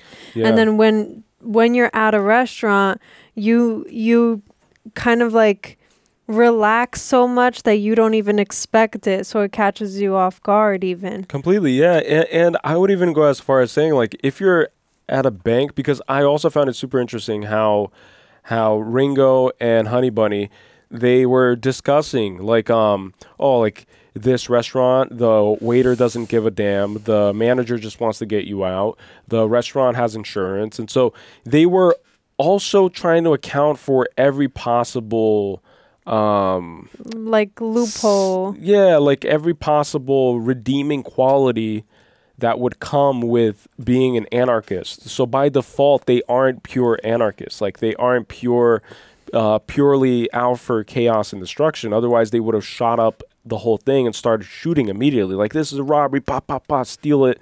That's pure anarchy. That's like a person that just doesn't have any concept of like structure and moral and ethical compass. So they still do, and they have love for each other. And so I think that, like, these things make you more tamed within society. It's like it makes you more, how to explain it? Like, does that make sense? It's like, yeah, it keeps you from going full out suicidal and just putting everybody's life at risk and actually, you know, taking out people, because they have that bond and that connection, and so they want each other to be okay. And so they, all right, I'm gonna move a little bit quicker. Emphasis on food, whose food, and taking the food. So that was when his name is Jules. So Jules took the guy's Hawaiian burger. Yeah, we were saying pit. I don't know where we got pit. Yeah, I don't know, because I heard him saying pit, but Jules' character took a bite out of the guy's food. He basically ate his lunch. He ate his lunch, and I wrote that down because I guess, like, that's a very primitive thing to do. It's like you eat a man's lunch is yeah, it's just fucked up, I guess. And then 666, Ezekiel 25:17, you know, biblical references, divine intervention, which I'll get to in a bit, but I just wrote that down because I found that interesting. It's like that's the devil's number, you know, like that's the number of the beast or whatever they say. So that being linked to Wallace directly, and it's his suitcase, so it's the devil's suitcase. It's like they're carrying the devil's prize, or they're carrying the devil's weight, kind of. So these are mortal men tasked with not satanic, but like devilish endeavors, you know, because that's what being a criminal is, you know, or that's how it's viewed as. But then the irony is that once you put that code in and you open it, you see this thing that's glimmering, and that looks like pure gold, and it's, I don't quite understand it yet, so I'm gonna have to let myself process that over a few days. Okay, so Wallace talks about pride, but he seems to be the most prideful. And the idea that he was the one talking about pride and telling everybody to put their pride aside, you know, but then he was the one that got it up the butt. So there goes all his pride. It's like there's no more sense of pride out of that. He got emasculated then and there. Right. So you could say that was divine intervention. That was God, you know, knocking him off of his pedestal of pride. You know, the prideful man falls. I don't know what biblical quote, because I haven't read the Bible, but, you know, like I would imagine that there's a passage in the Bible about the fall of a prideful man. And that was Wallace. But he was still spared, and so he was spared by the person that Jules kind of describes as the shepherd that guides the weak men through the darkness. You know, like that was Butch's character that helped Wallace. A lot of casual conversations. I really like that. I've never seen, because usually dialogues and conversations between characters always like serve a purpose in the plot. And this one had a lot of conversations that didn't really serve any purpose, like directly at least. But it all obviously adds to the world building, and it plants seeds, again, subconscious seeds here and there. But I just like the idea of like meaningless conversations. You know, like, did you know what they call a quarter pounder in France? Yeah. You know, it's the Royale with cheese. It's like, and then that was used just to inform the guy that he shot, like before shooting. There was no other purpose. Aside from the one that I'm going to get to right now, actually. So, okay. Comparison with Europe, more specifically Amsterdam, France. This was interesting to me because, hold on, because then I wrote it again, and I just want to. All right, but this constant comparison, right? The American constantly compares themselves with other cultures, and I feel like we are taught. And don't get me wrong, I'm a proud American. I'm proud to be American. You know, I'm not trying to like do anything other than make a commentary on the movie, but we are taught and conditioned to believe that our country is the greatest country on earth. But then when you start analyzing the benefits and the positives of other countries, you start to understand that maybe we aren't the best country in the world. Like maybe other countries have better ways of doing things. They have better foods. They have better cuisine. They have a better culture. And America is just, it's kind of hard to explain. But all right. So don't fuck with another man's automobile. That was Vincent's line when he was talking to the drug dealer. I think that was alluding to what would happen with Mia Wallace, and he was kind of like just kind of, you know, planting the seeds in his own head. It's like, don't fuck with another man's automobile, and so he didn't go through with it. But it's interesting that you mentioned the whole American comparison thing, because when he's talking to Esmeralda, and then she asks what does the name Butch mean, and then he says, I'm American. Yes. It has no meaning. That was the thing that I was looking for. Yeah. See. But anyways, I think that's interesting, because a lot of people will say that American culture is like unseasoned. Yeah. You know? And I lived in Brazil for so long that I can tell you parts of American culture that are unseasoned. Yeah. Like there are a lot of aspects. And that was exactly what I wrote down, and I just can't find it right now, but I wrote down that he told her that there is no meaning because it's American. Like there is no meaning. So it's the idea that there's no profoundness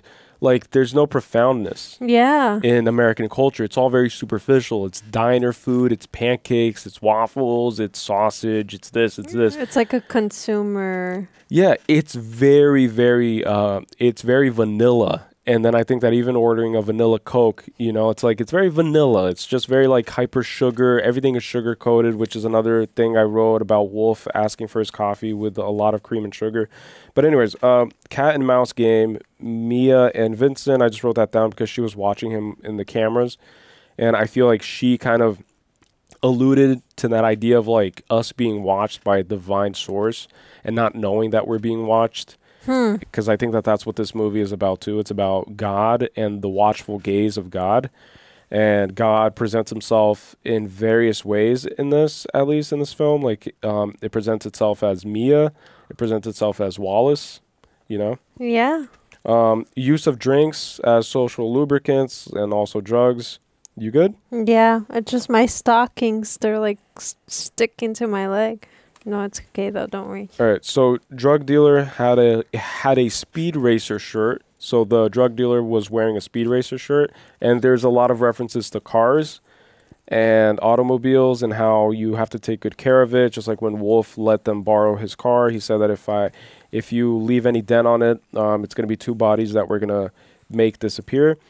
And then at the end, not the end, but when they were cleaning the interior of the car, Vincent's character said that he's a sports car that's in red. So he's about to explode, and then he does explode, and then he does perish, and then he does die.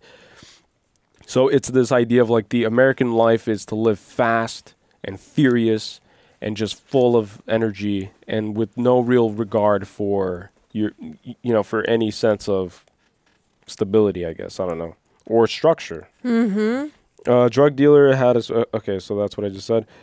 Lighting her cigarette equates to lighting her flame. I've just always been fascinated by films when they show scenes of like people asking for someone else for asking them for a lighter. To me, that has a deeper meaning. I don't know what the specific film school meaning is because I've never searched it up, but I'm sure there's a meaning to it.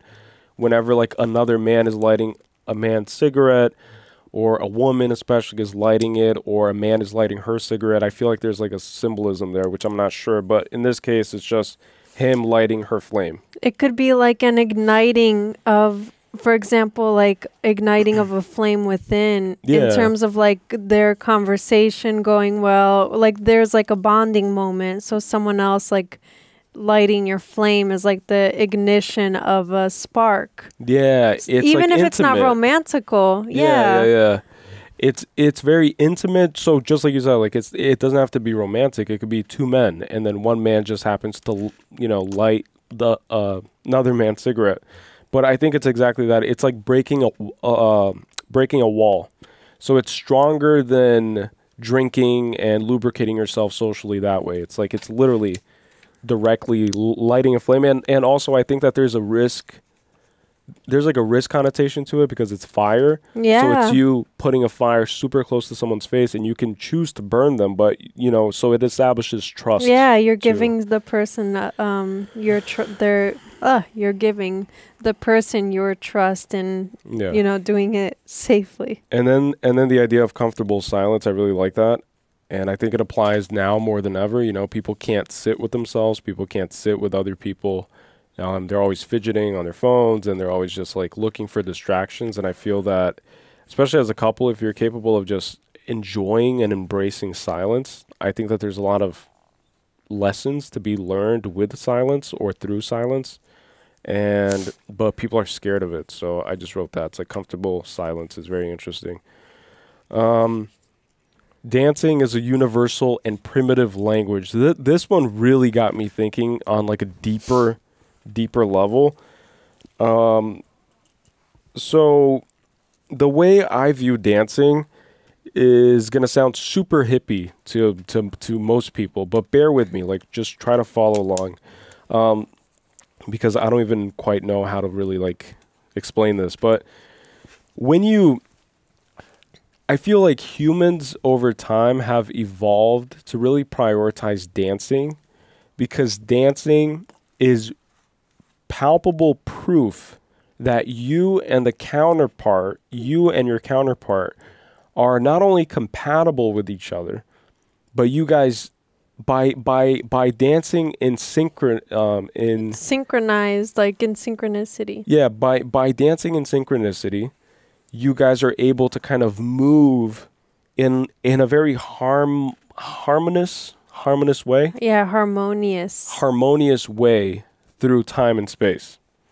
So it's like a fluid motion that makes you guys become one. And so it's in becoming one in the physical realm, and then everything else becomes one as well. Like the spiritual, the love becomes one, and everything becomes one, and you guys move as one through space-time. Yeah. So I don't know if that makes sense, but like that's what I kept thinking when I saw them dancing. I was like, it's so crazy because it could look goofy, but if you're the people dancing, then it's very intense. Like it's like something happens. It's very, it's like a drunk feeling almost. Like it's a like trance. It's like almost a trance, which is a transcendental experience. Like you transcend the confines of your body, of everything else, and you just like move together through space and time. And that's why there's that term like dance like no one's watching, because when you're dancing, it almost feels like it's just you and that person, or even you alone. Just you in the world. Yeah, just you, yeah. Well, no, it's just you, just like you said. Like it's you in the infinite void of space. Like the whole world ceases to exist. The walls dissolve and everything. Music sets the tone for life. I feel like Quentin did that really well because it kind of like sets the tone and the vibe and the feeling. Statue of a man in the corner watching. I just wrote that down when you pointed it out. I think that again is a reminder of the watchful gaze of God. Like that man was just like sitting and just observing the whole room. And from that vantage point, he could see everything that was happening. And maybe that was Wallace, trying to like subconsciously intimidate his wife and like just remind her in a way, but then she likes that because she seems like a person who like gets off on the idea of like living in danger and stuff. Yeah. And that's why she's addicted to cocaine. Idea of a bigger power, always watching. Yeah. What is moral, and is Wallace God in this? And the answer is yes and no. Like Wallace, to me, he becomes like a tyrannical ruler towards those who are under him. And then the idea that, oh, like you shouldn't sleep with Wallace's wife because it's not right. It's immoral. It's unethical. Like you just shouldn't do it. But then it's like Wallace isn't a moral and ethical man. Mm-hmm. So how do you define what to do with who?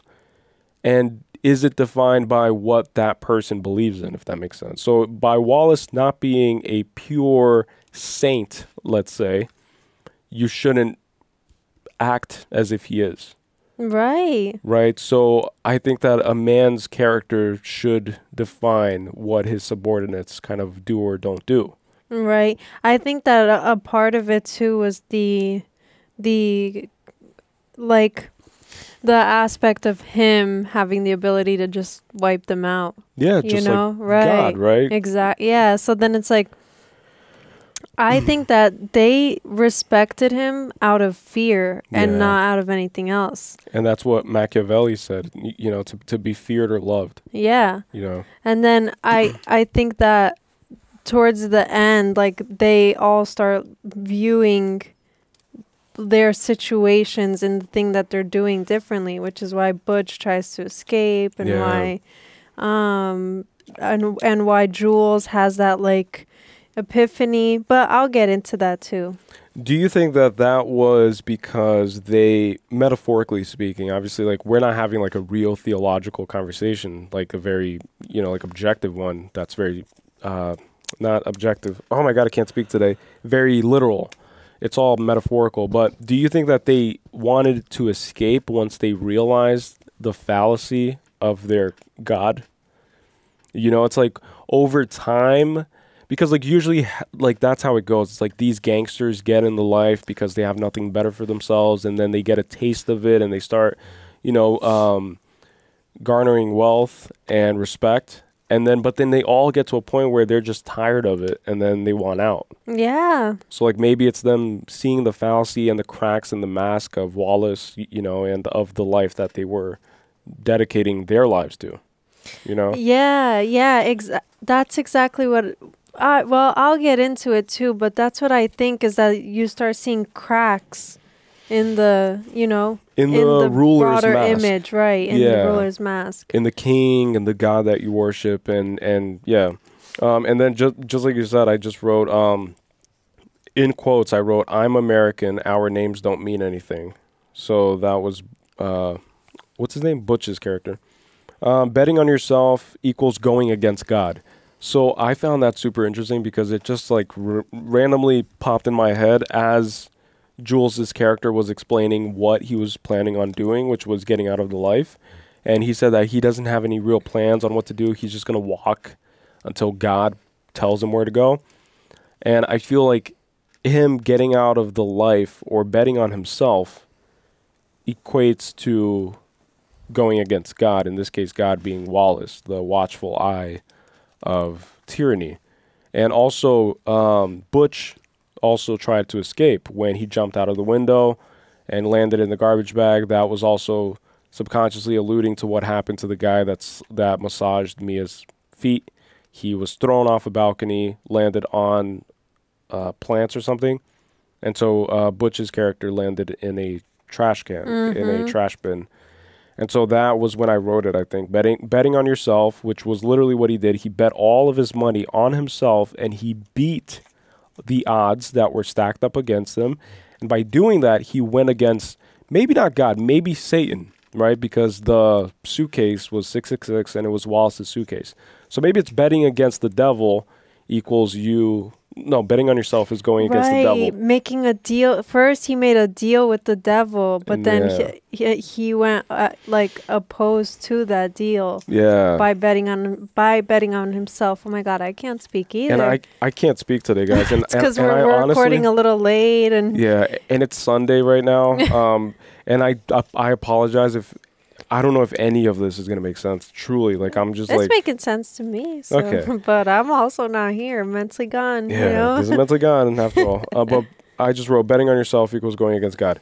Go through a war to get the watch. That was a common thing. That was in Butch's family line. His great great grandfather, then his great grandfather, then his grandfather, I think, and then his father all went through wars in order to get the watch. And so Butch had to go through a war to get the watch. And I feel like that was like a thing where time belongs to those who are brave, you know, because if you're brave and if you take initiative and if you take ownership of your life, then you will own time, essentially, or it'll be on your side. Yeah. And I like that idea. Butch and Wallace distracted by breakfast. Again, just emphasis on food. You know, we always tend to think that we're so different, but we have the same core instincts that make us human. You know, the animal instincts, I guess. And Butch was distracted by the Pop-Tarts, which led him to an altercation with the man. And Wallace was out to get himself breakfast, and then that led to an altercation with another man. And then at the end, Vincent and Jules are having breakfast. Yeah. And then they weren't prepared like right away for the couple. Their guard was down. Right, because you're in a restaurant. Yeah, so breakfast, yeah, like your mind's not right until you have breakfast. Yeah, maybe this is just advocating for a nice, the most important nutritious meal of the day, they say. Which is what Jules said too, like nothing better than a hamburger, you know, like it's the staple of a good nutritious. I can't speak. Chaotic nature of life. Oh, divine intervention versus coincidence. I wrote this down because I just wanted to say one thing that I kind of interpreted from everything is that I believe that the universe is yin and yang. There's good and bad, but at the same time, they're both one and the same. So it's a balance. So one is needed for the other to exist. And so I think that everything that happened was just a karmic retribution for your actions. And so we all have choices. Just like if Vincent had slept with Mia, whatever consequences came out of that, he was deserving of, but he didn't. So he spared himself for that time period. But then he accidentally shot the kid. He killed an innocent soul, kind of, that didn't really like require that. And then he paid for that by getting his own life taken, right? And so I think that there's a lot of stuff that's like a yin and yang, a give and take. And so when Jules gave the guy $1,500, I understood why. It's like, because he's paying for his way out. Because if he killed him, then he's going against his own word and he'll never get out. So he has to start now. And that's another thing about commitment. It's like, be of what you say and don't just say it. You know, act on what you say and don't just like talk about it. Be about it. Yeah, walk, don't talk. Yeah, and then speaking of, blind man walks with the shepherd. Yeah, and then Jules kept saying that he was now awakened and that he wasn't going to go back to sleep, and I found that really cool. I don't really have much to say else about that. Almost done. Blood is hard to get off. Vincent, because the universe and God works in karmic retaliation. Yeah, so that's what I just said, because when they were washing their hands too, it's like Vincent couldn't get the blood off his hands.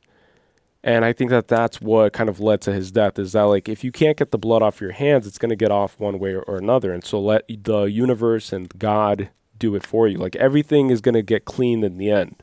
So if you did super bad things, then like things are going to happen to counter that, because it needs a counter. It needs a balance. It's literally a scale. Like it needs to be balanced. That's like the story of Shakespeare, Macbeth and Lady Macbeth in that story. Well, I'm not going to spoil in case you ever read the story. I've never read it, and I do want to read it. But she is cleansing a spot of blood off of her hand, and she's convinced that she is still seeing it even after it's gone. See?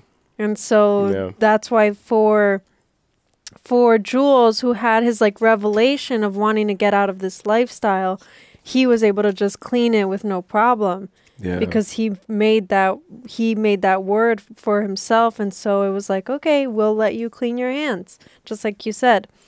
Just like you were saying. And then for Vincent, it was the opposite, because he just you know, he didn't see it as a miracle. He didn't see it as a sign. And in the end, just like you said, his pride got him killed.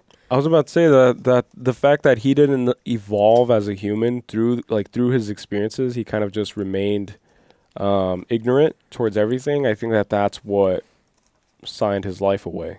You know, like that's what got him killed in the end. And then Jules, just like you said, like he killed a man, but he learned from everything. It became like an experience, and so that guy's life lent itself to his revelation. Right. He killed a man, but then he also could have gotten killed by that one that was in the bathroom. Yeah. But being that he didn't, he took that as like a divine sign. Right. It's like, exactly. It was like, no, so my life was spared by something greater than me. Yeah. And so therefore I need to now walk in that path where I spare lives too. Yeah. And then us watching, we think, well, he just killed a guy, so why did he get spared? But we don't know what the guy he killed did.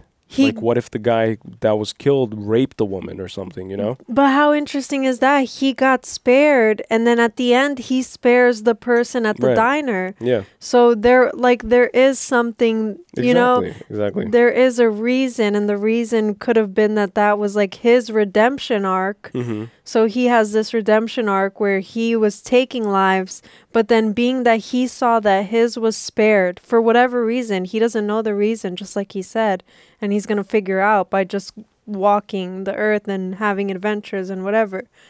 But he doesn't know the reason, but his life was spared. And so in that moment, when he's confronted with the diner, with the Ringo, he makes that choice to also spare or to just fall back into that path, and then, you know, he and then he basically would be taking that thing for granted that he just escaped, like he just escaped death. Yeah, and I think that the shop owner of the pawn store, of the pawn shop, he was placed there to kind of remind us that we don't know what these people have done. It's like that was just a regular shop owner who just happened to have this crazy basement that he did atrocious things with multiple different people. So everybody has a past. And so the guy that Jules killed could have been a serial killer, a serial rapist, a serial whatever it is. And so he was doing God's work, essentially. Like divine intervention spoke through him, just like you said. And then taught him a lesson, gave him a sign, and he was open to it. And that's why Vincent gave him like rolled his eyes and kind of scoffed into like, oh, it's like don't talk to me like that about this shit or whatever. Yeah. So he's like just ignorant. He's willingly ignorant. And then I just have black people getting effed by white men, more specifically. I just wrote this down because I found it super interesting. It's like it's also very heavy in social commentary when it comes to the obvious use of the N-word by the shopkeeper, by the security guard, and then Quentin Tarantino's character's wife is black, but he uses the N-word with a hard R. Like, that was kind of weird. And so it's like black people have been getting effed by white society for a long time. And then when you see Jules interacting with, what's his name? Marcus Wallace or... Oh, Wallace? Yeah. So when he was talking to Wallace, he referred to him on like a equal level. As, Negro, he said. Yeah. Yeah. So they don't use that towards each other. And I found that interesting. And then also he spared the life of the kid that was in the apartment with the cheeseburgers. But then Vincent, like without even trying, and accidentally killed that guy and then acted nonchalantly about it. Yeah, and that's interesting too, because what was I going to say? That I think that the fact that Jimmy, Quentin Tarantino's character, was using the N-word towards Jules, even though they were friends, I think that it's because in that situation, right, where he was like, "Oh, you're trying to like use me," he felt like he was being kind of Used. undermined. Yeah, like undermined. And then he felt like in that moment, his like white superiority kind of like ruled over. And then it's like maybe to his wife, he's like affectionate, he's loving, he cares about what she thinks, he doesn't want to divorce, all this stuff. But then in any moment that he feels that he's being taken advantage of or whatever, then that reality is going to shine out, which is what happened. Like in that moment, all he was feeling was like, you're using me, you're putting my like marriage at risk, and so now I'm going to basically demean, like, you know, kind of like break you down, because talk to you inhumanely, you know, right? Because men and humans in general, like, we use the weapons that we have against threats, like outside threats, other people. And so just like you said, like this, like they were threatening his life. And so the only way that he could show that back or retaliate was by, just like you said, resorting to his white supremacy, superiority complex, maybe even without realizing it. Like, he just did it because I feel like that was the one weapon that he had. And then the same thing happened with Wallace when he got, you know, when things happened to him by two white guys. You know, like, that's their way of kind of like getting back at society, at the world, because maybe they feel like they have a shitty life and so they want to take it out on someone else. It's like, that's literally how this, like, everything happened, you know? And I just remembered that he was using the N-word about the kid who got his brains blown out. Yeah. And so that's another thing, is that, like, that kid is no longer a human, so now he's just like a thing. And that's how he was like seeing, like, making it sound too, which is horrible, and indirectly reminding Jules of what he is, exactly, you know, or again, in his eyes, obviously, he was. Like, it's obviously that there's a lot of racism going on, because this is like post civil rights, and it's not that long after civil rights, so it takes some time for them to adjust, so and that's why the cop in the basement was, when he was doing the Inny Mini Miny Mo, he already knew who he wanted to take advantage of first, 100%. which was Mr. Wallace. And there's a reason for that, because he is also a racist. Because again, it's like the times, it's, you know, that's the sense that I got. And then he wanted to, like, again, it's that like white superiority. So it's like making him feel inferior. This this guy is supposed to be a big shot, but he's also black. And so this white cop or white security officer, whatever he was, all he could think about is that he is the like dominant race. And so he has to dominate this person first. Yeah. Kind of. Like, that's what I thought, because he kept taunting about who he was gonna choose. But I think that it was obvious. Because there was already so much racism going on, you know, like the N-word being thrown around, that I knew. So much. Crazy. Yeah. I'm surprised. Like, if this movie came out now. I don't think it could come out now. Yeah, that's pretty crazy. I wonder, when did this come out? Like early 2000s? Probably? I have no idea, actually. No idea. Just to finish off real quick. So Wolf likes his coffee with lots of cream and sugar. I interpreted that as like sugarcoating life, and so Wolf came off to me as a person who's so good at their job that they just dissociate from reality. It's like he doesn't view reality as what it is. He doesn't view a human life as what it actually should be viewed as.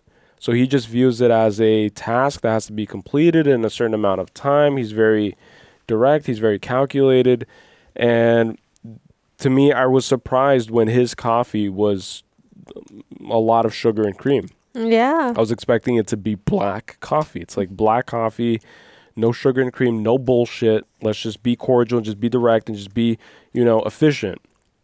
But then I found it interesting, because then it's a paradox. It's like, this guy is the best at what he does, at making people disappear, maybe being a hitman, maybe being a killer, probably a killer, that he's so desensitized from life, but yet he can't take his coffee black. Yeah. It's like he needs to sugar and sweeten his coffee in order for it to be even remotely palatable for him. Well, that's pretty interesting. Like it's literally bittersweet. Like his life is full of so much like bitterness, like that he needs a little. See, but that is proof right there. It's like you need the counterbalance. It's like he's doing these atrocious things for a living, but you always have a counterbalance. You always find sweetness, just like when he just disposed of the body at the place, and then he's going out with a young lady for breakfast, for a coffee, and then he's probably going to smash.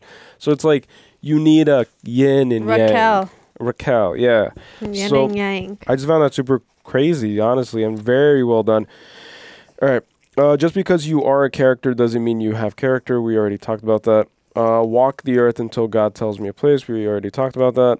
If my answers frighten you, don't ask scary questions. I really like that too. And I think I don't really have much to say other than I really like that quote, and so I'm going to use it in the future. But what was it? If my answers frighten you, don't ask scary questions.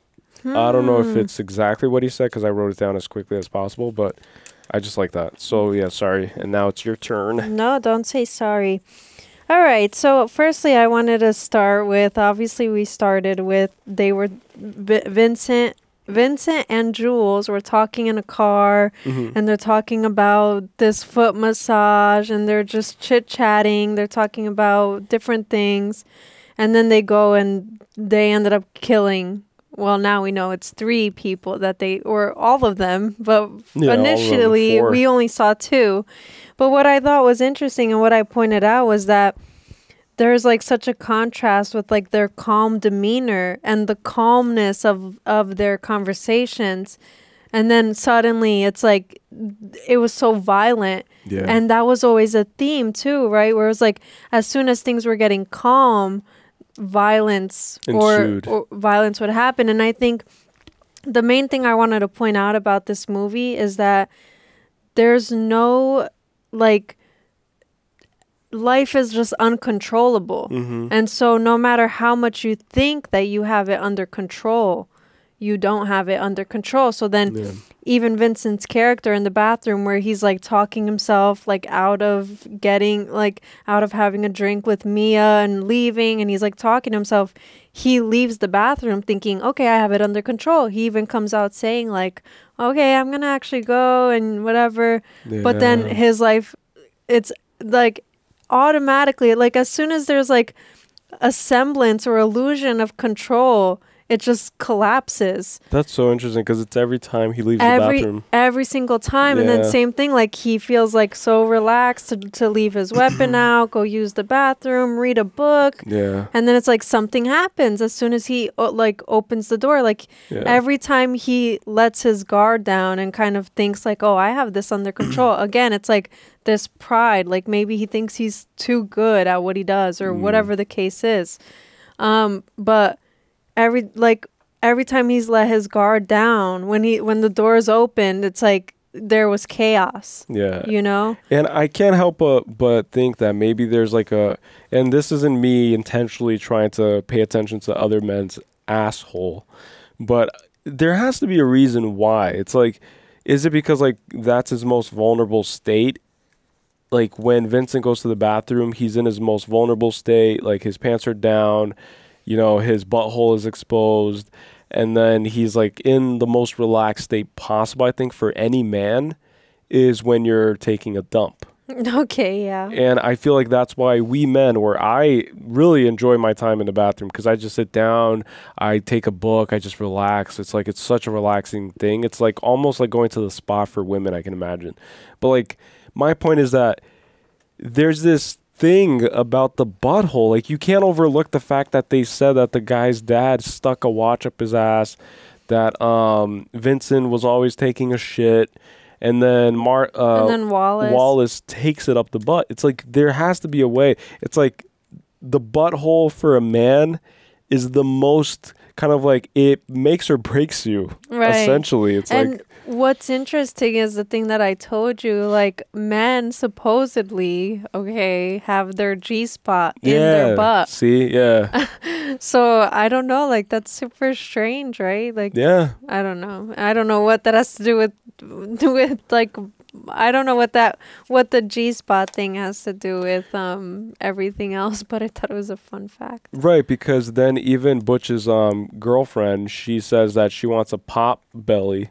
Yeah. Right. So it's this idea of like having masculine traits and whether or not it's attractive. Like, I don't know, like there's something there. Like, if you've seen this film multiple times, if you've like analyzed every scene, comment below and let us know if there's anything there. I think Quentin Tarantino might just be a little bit crazy. Yeah, like he might be like out there. I was gonna say he might be a little bit fruity. Oh, yeah. I don't know. He definitely likes feet a lot. Yeah, that too. So but feet. anyways, again, the chaos, like there was a lot of contrasting, which I was going to say too, that during high intense moments, there was always upbeat music playing in the back. And so like, I found that super interesting too, where it's like, even the music, like it could be, you know, super fun. It could be groovy. It could be whatever words they used in the 70s. Because I think that this is when this took place because it seemed like it. But then in the meanwhile, it's like all of these high intensity moments, like killing, people like almost dying, you know, or whatever the case is. And I thought that that was super like interesting. But again, it's supposed to be the contrast, the balance, like you were saying. Yep. I thought that this was interesting. The girl, Honey Bunny, at the beginning in the diner, she has a cowboy boot on her necklace. I didn't even notice. And then later in the movie, and I had to come back and write it, Mia refers to Vincent as cowboy, and he refers to her as cowgirl. Yeah. And I think that the idea of not only just motorcycle gangs and all of these other outlaw things, but the original like outlaws were the cowboys. Like they were the ones that went against the law, kind of didn't like thought that values were irrelevant, you know, morals irrelevant. It's like you live on your own accord, and that's what their lifestyle is. So then the illusion of all the cowboy stuff, which was very subtle but was there, was also supposed to be a symbol for the lifestyle that they're in. You know what's crazy is that I thought about horse riding and cowboys in the scene when Vincent was talking to the drug dealer, and then he said that somebody keyed his car and that you don't touch another man's automobile is what he said. Yeah. I thought about how horses back then, like you don't disrespect another man's horse. Yeah. It's like, and that's what cars are. Like if you really think about it, like that's what cars are, obviously. It's the evolution of transportation,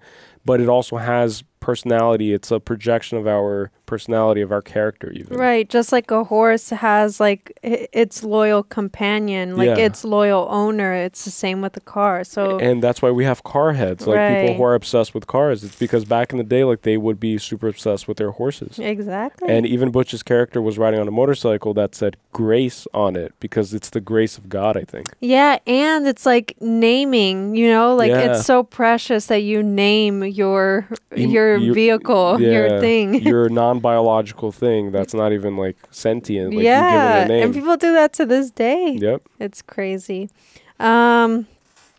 I thought that it was interesting that they were at a diner at the beginning and people are there because they're hungry. And then meanwhile, these people were just hungry for money. So I thought that that was interesting. Yeah. And I think that there was a theme too, like the hunger for money and just how far it'll make you go. So whether it was like being a hitman, whether it was like taking a blow as a boxer and then not winning, whether it be whatever the case was. But then something I wanted to point out was that whenever there was like money involved, like, well, I don't know what was in the suitcase, which we still don't know what was in the suitcase, but it must have been money, I'm assuming, or something. But it was glowing just like we saw. And then when Wallace is handing money over to Butch, the money had like a red glow from the lights in the bar or the strip club or whatever. Right. And then what I find interesting is that at the end, Jules doesn't even care about the money in his wallet. And so I thought that that was like an arc too, where it's like money was like shown throughout the movie, like glowing, whatever was in the suitcase, but like this like transaction glowing.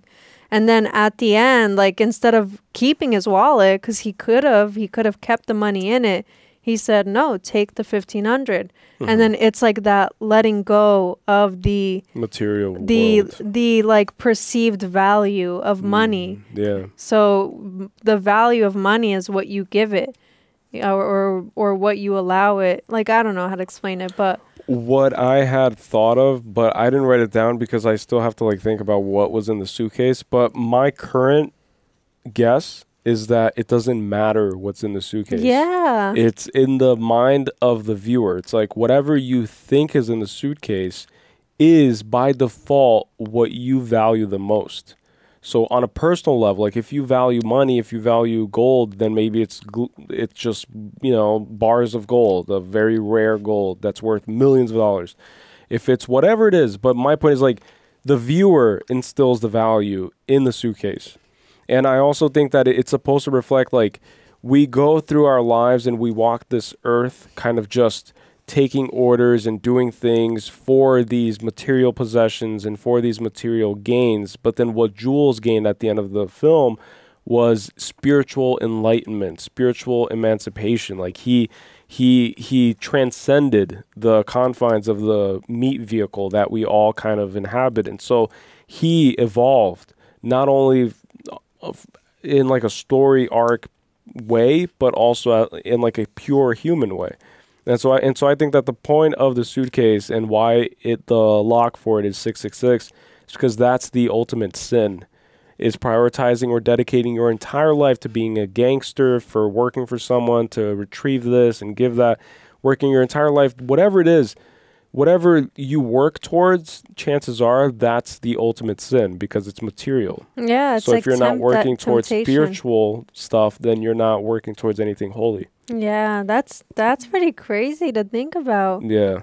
That's really crazy to think about. The foot massage thing, I just wrote that, you know, the whole like Tarantino has a foot fetish. I'm pretty sure that he does.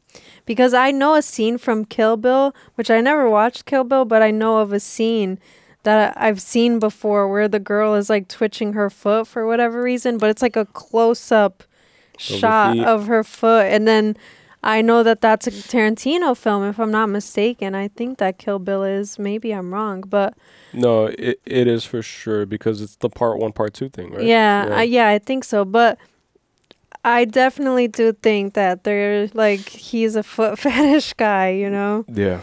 Hamburgers for breakfast. Sorry, I'm going to go through this quick. No, take your time. Hamburgers for breakfast. I thought that was interesting because then that guy ends up getting killed. So just like the cow that was slaughtered to make that burger, now this guy is also getting slaughtered. #vegan. Yeah, and I said that too, that because he said that he was a vegetarian. They had to make the contrast again where he pointed out that his girlfriend was vegetarian, and then he said by default I'm vegetarian because of that.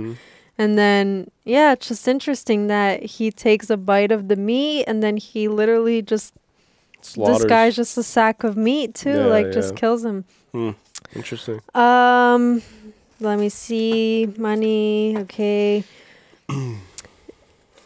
I thought that it was interesting that like every time we've seen movies, like for example in The Godfather, like they're wearing a trench coat. And I thought like what I wanted to point out is that I think trench coats maybe were the option for people who would be like packing because it's like well hidden in this like oversized thing, you know. And Vincent was wearing a trench coat, so then I just said that.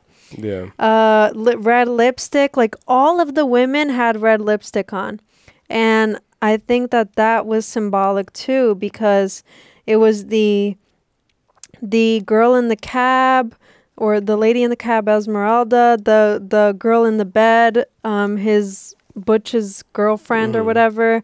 Mia Wallace also had red lipstick, so they all were wearing red lipstick. And then even the Raquel girl at the end was wearing red lipstick. Really?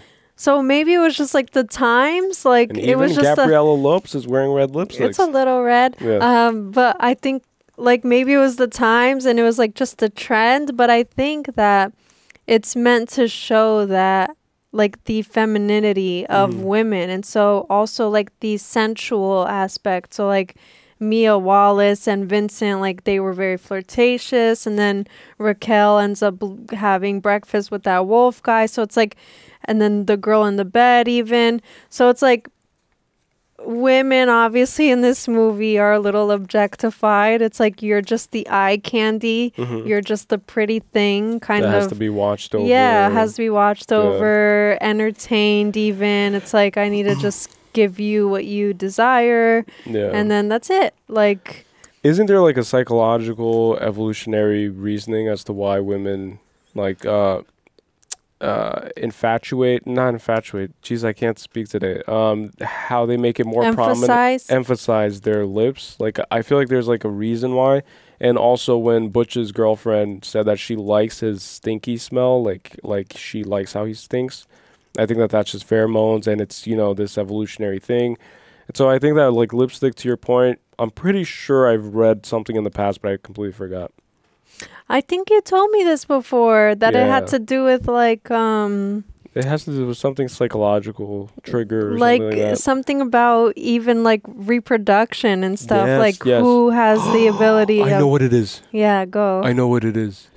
Look, this is gonna sound a little wrong, but I'm pretty sure you guys can Google this, and I'm not going crazy. I'm not just a crazy guy who just thinks about, you know, body parts this way, because I already mentioned the men's butthole. Yeah. But I'm pretty sure that women emphasize and they use red lipsticks on their lips because it's a subconscious trigger to the man to what they can expect downstairs. Oh, yeah. So this, obviously, if you turn it vertically, it looks a lot like what women have downstairs. And so I think that over time, that became a representation of beauty, because if you put red lipstick on, it really draws the gaze, it draws the attention, and then it makes you more sensual because of that animal lizard brain that we all share. It's like we just start thinking of, like, imagining subconsciously. Like, we don't even have to think about it consciously. What if the red lipstick is like a sign that it's like, oh, I'm a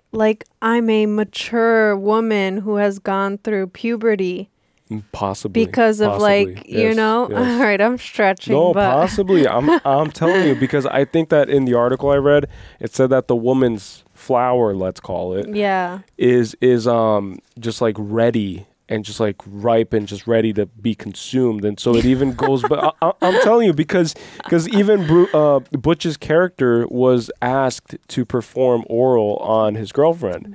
And so it's like, you know what I'm saying? Like, it's there. It's definitely there. There was a lot of references to, like, how people eat things. So it was like bloody, or do you want it like bloody as hell, or do you want it crisp? See? I thought that was funny. Again, speaking of bloody. And there was something else about that too that I wanted to point out. Oh yeah, and then the Pop-Tart in the toaster, I thought like it was being toasted to a crisp. And then it's always like followed by something happening. So they both asked for their stuff bloody as hell. Right. And then when she got home and she accidentally snorted the heroin, her nose was bloody as hell. Yeah. And then same thing with the Pop-Tart and the toaster, like it was getting toasted. And then Vincent got bloody as hell. And then he got toasted, you know? No, he got bloody as hell. And he got bloody as hell. So he got exactly what he asked for. Yeah, he wanted bloody as hell. Yeah. Okay, then let me just go quick through this. Okay. I said the same thing about dance, that it's like an unspoken language. And then I also wrote that it was interesting because she like told him that couples who, like people who know that they found the one, they can just shut up and sit comfortably in silence. And just shut the F up, you know? You could curse. And then we're like already in the deep end of the thing. And then what's interesting is that that's exactly what they did. It's like they were shut up and like kind of, you know, bonding or connecting with one another through this language that doesn't require words, which is dancing. Do you think that that translates to the discrepancy that we see throughout the whole film, where just like you said, like they have these calm conversations about mundane things, and then it's juxtaposed with just severe violence and incredible gory violence or depictions of violence? Because I think that that's exactly what it is. It's like no small talk, no chit chat. Be about something and then dance, you know, show action, and that action resulted in them winning the contest and bringing home a trophy. Exactly. Yeah, because exactly. the only people that earned the trophy were the people who acted and didn't talk. Right. Wow. Maybe that makes sense, right? Yeah, it does make sense. Yeah. It's just acting on things, not that's a constant theme I saw too. Yeah. Let me see. Sorry, I'm just going through this. Let's count how many times she says sorry.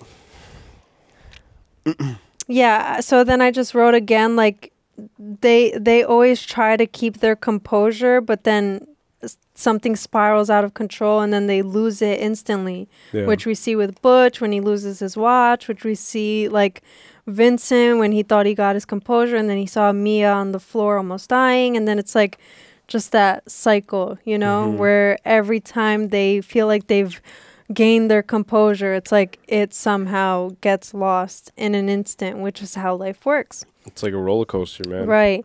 And then I thought it was interesting that the name Butch literally is like a butcher, and there's so much like references to like animals, like even the way that they were talking about pigs, and they were like, oh, pigs are disgusting, and they always pointed out like when they were eating meat, so it was like steak, burgers, bacon, like they always pointed out. I don't know if Quentin Tarantino is vegetarian or what, but they were always pointing out when they were eating meat, and I thought that it was interesting, the name Butch, and he at the end is the one that kills the man that was the most prideful, which was Vincent. Because I do feel like he was the most prideful of them all. Yeah, for sure. Maybe I'm wrong, but... For sure, because look, even Wallace, if he was as prideful as Vincent, then he would have taken out... He would have killed Butch. Because Butch saw him take it up the butt. And so that takes you being able to put pride aside and being very stoic in that moment and knowing what you have to do and what's going to happen and what has happened. And that's when you like assert yourself within time. And at least he could live by that word that he said, which is that you like pride will get you killed. And he said that. And so he like understanding that, just like you were saying, like he could have acted on his pride. And then maybe even killed himself because he was ashamed or whatever, you know? Right. But anyways, yeah, I just thought that was interesting. The name. The animals and stuff. Butch, yeah. Let me see. Oh, I always see this in like shows and well, mostly in shows and stuff. But it's like the back of the head of someone who is like the powerhouse of that show or movie. Like you don't even need to see a person's face to know that they are the one in like in power or in control. And so Marcellus, or whatever his name was, Marcellus Wallace, because I wrote down Marcellus, so I'm just going off of it. But we only saw the back of his head with the bandage, right? But we knew that it was him because he was the one that everyone was referring to as Wallace. And then we didn't even need to know like that it was him before we were told, because we were seeing the back of his head. And I feel like that's like an established... Exudes power. Yeah, because you don't even need to recognize a person by their face to be able to identify them.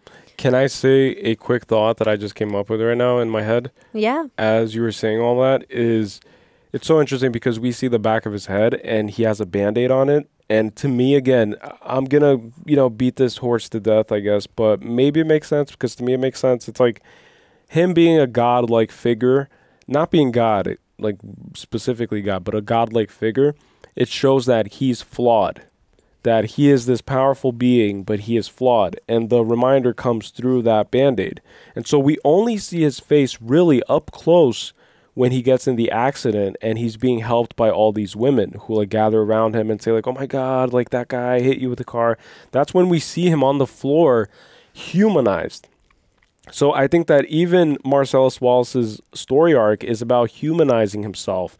And so any man who gets too close to the sun, he gets burnt, just like Icarus, right? Like he falls down to the earth and his wings get burned and he loses the ability to fly. And so I think that that's what he was kind of like going through, is that he had to be demasculated or emasculated. He had to be emasculated. He had to have a physical rebirth that maybe triggered a spiritual rebirth that we don't see on screen. But like he was stoic, he was calm. But my point is that beginning shot of Wallace was behind the head, just like you said, a very powerful figure. You don't even have to see his face to know that that is God. But then you are reminded that he's flawed. And then throughout the film, we see his flaw. You know, the instinct of just, you know, he's hungry like everybody else, and so he gets food. He's not aware of everything at all times. He's not watching everyone at all times. That's why he didn't see Butch pulling up in the car. And so, you know, we're all human at the end of the day, I think. Yeah, exactly. Like no one escapes life unscathed. Yeah. So even the people you think have everything put together and have it all together don't. Untouchable. Right. Yeah. No one is. Okay.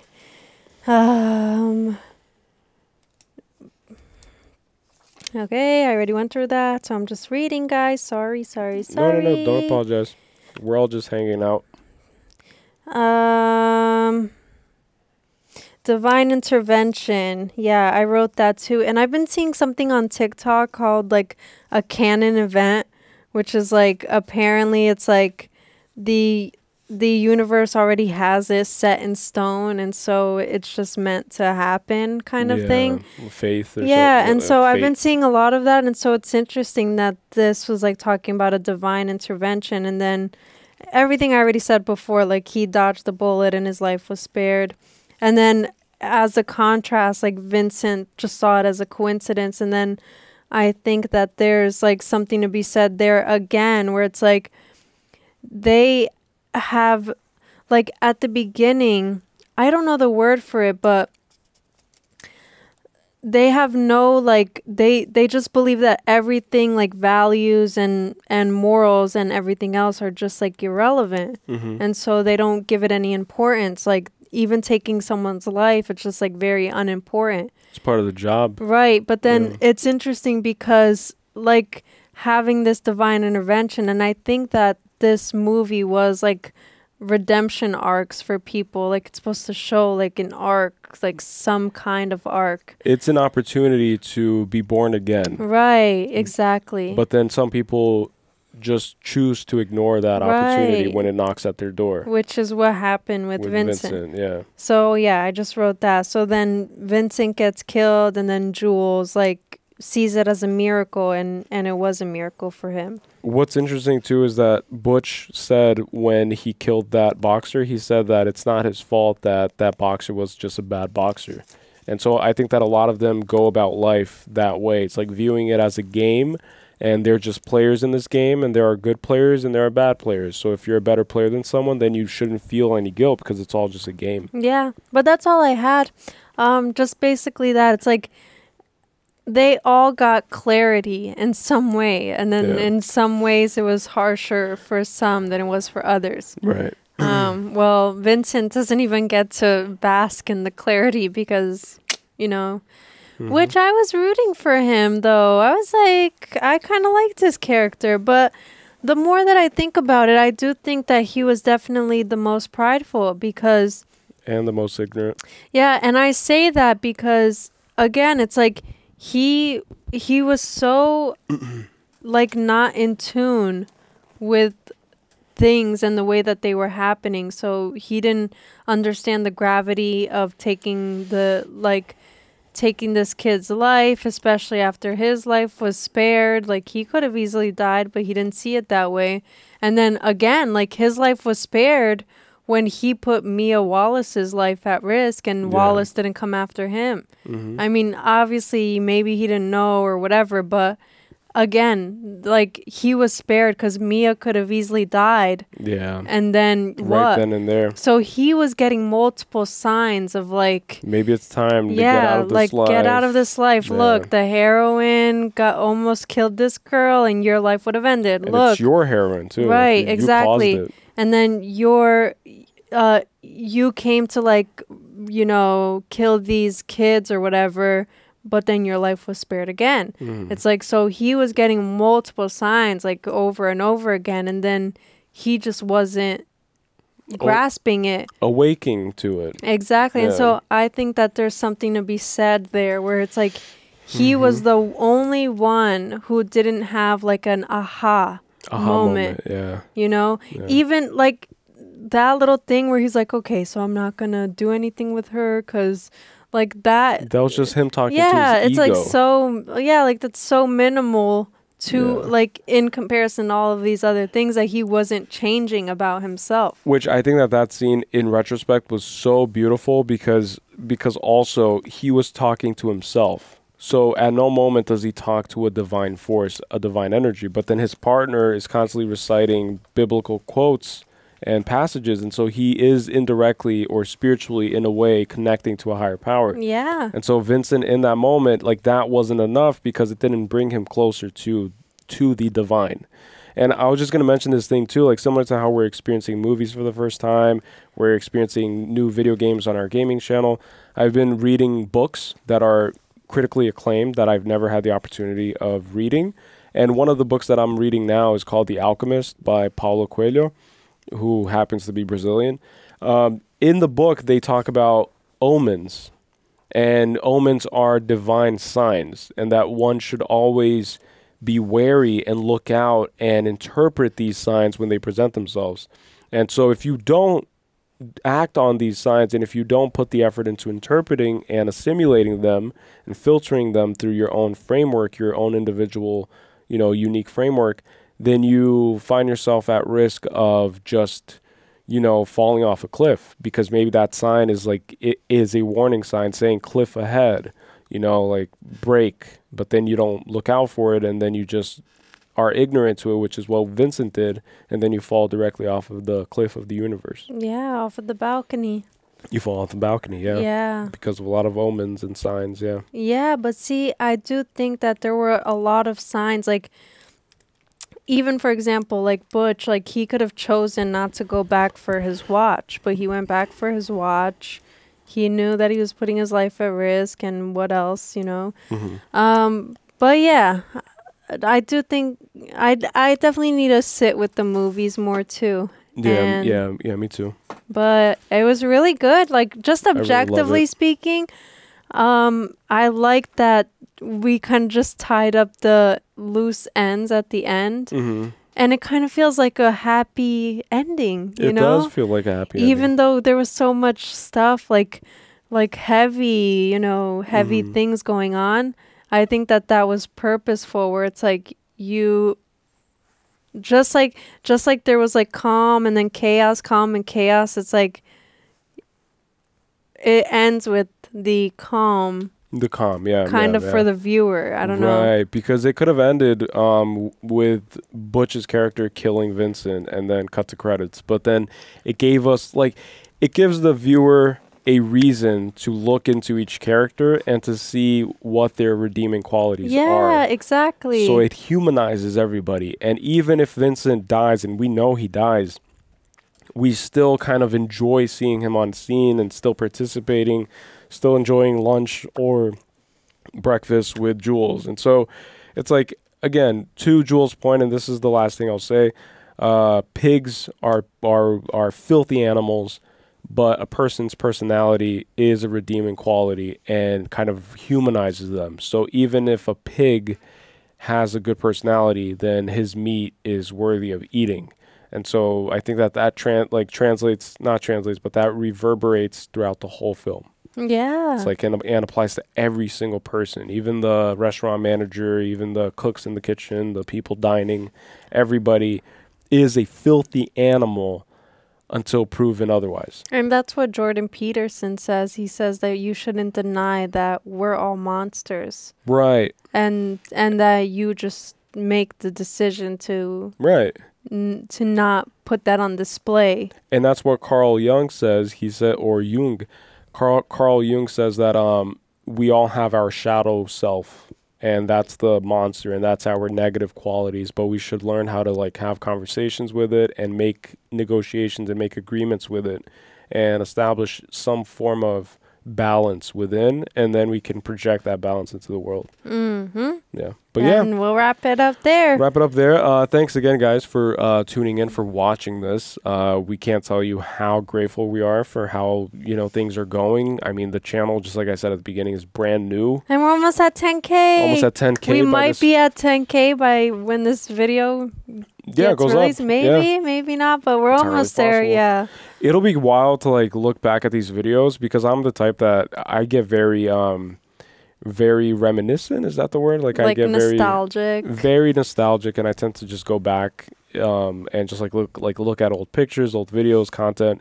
And this is a message to myself. If you're watching a year from now or 10 years from now, just thanks for starting. It's just because for some weird reason, I've never done this, right? But watching this movie with the back and forth and the time and everything being kind of like the future happens and then the past happens, it's like this just motivated me without even thinking of just communicating with my future self. And I won't be communicating with you, future self, because we're awkward with the eye contact on the camera. No okay? eye contact on the camera. Let's go. All right. I have to pee. Okay, and I have to eat. Just like that girl that was with her finger guns. I have to pee and She's eat. like, I need to pee. And she was hungry too, I think, right? Yo, they were hungry for that moolah. Yeah. So with that being said, guys, thank you again for tuning in. Don't forget to like, subscribe. That's the best way to support us on this channel. If you want to watch the full uncut reactions with early access, you guys can head over to our Patreon, growing community there. And and as don't forget always, to do the twist. Yeah, and as always, don't forget that you're walking here. You walk, Christopher Walken. Okay, and don't forget that it's never wrong to be mentally gone. Peace to the world. Oh, I was gonna do this. Peace to the world.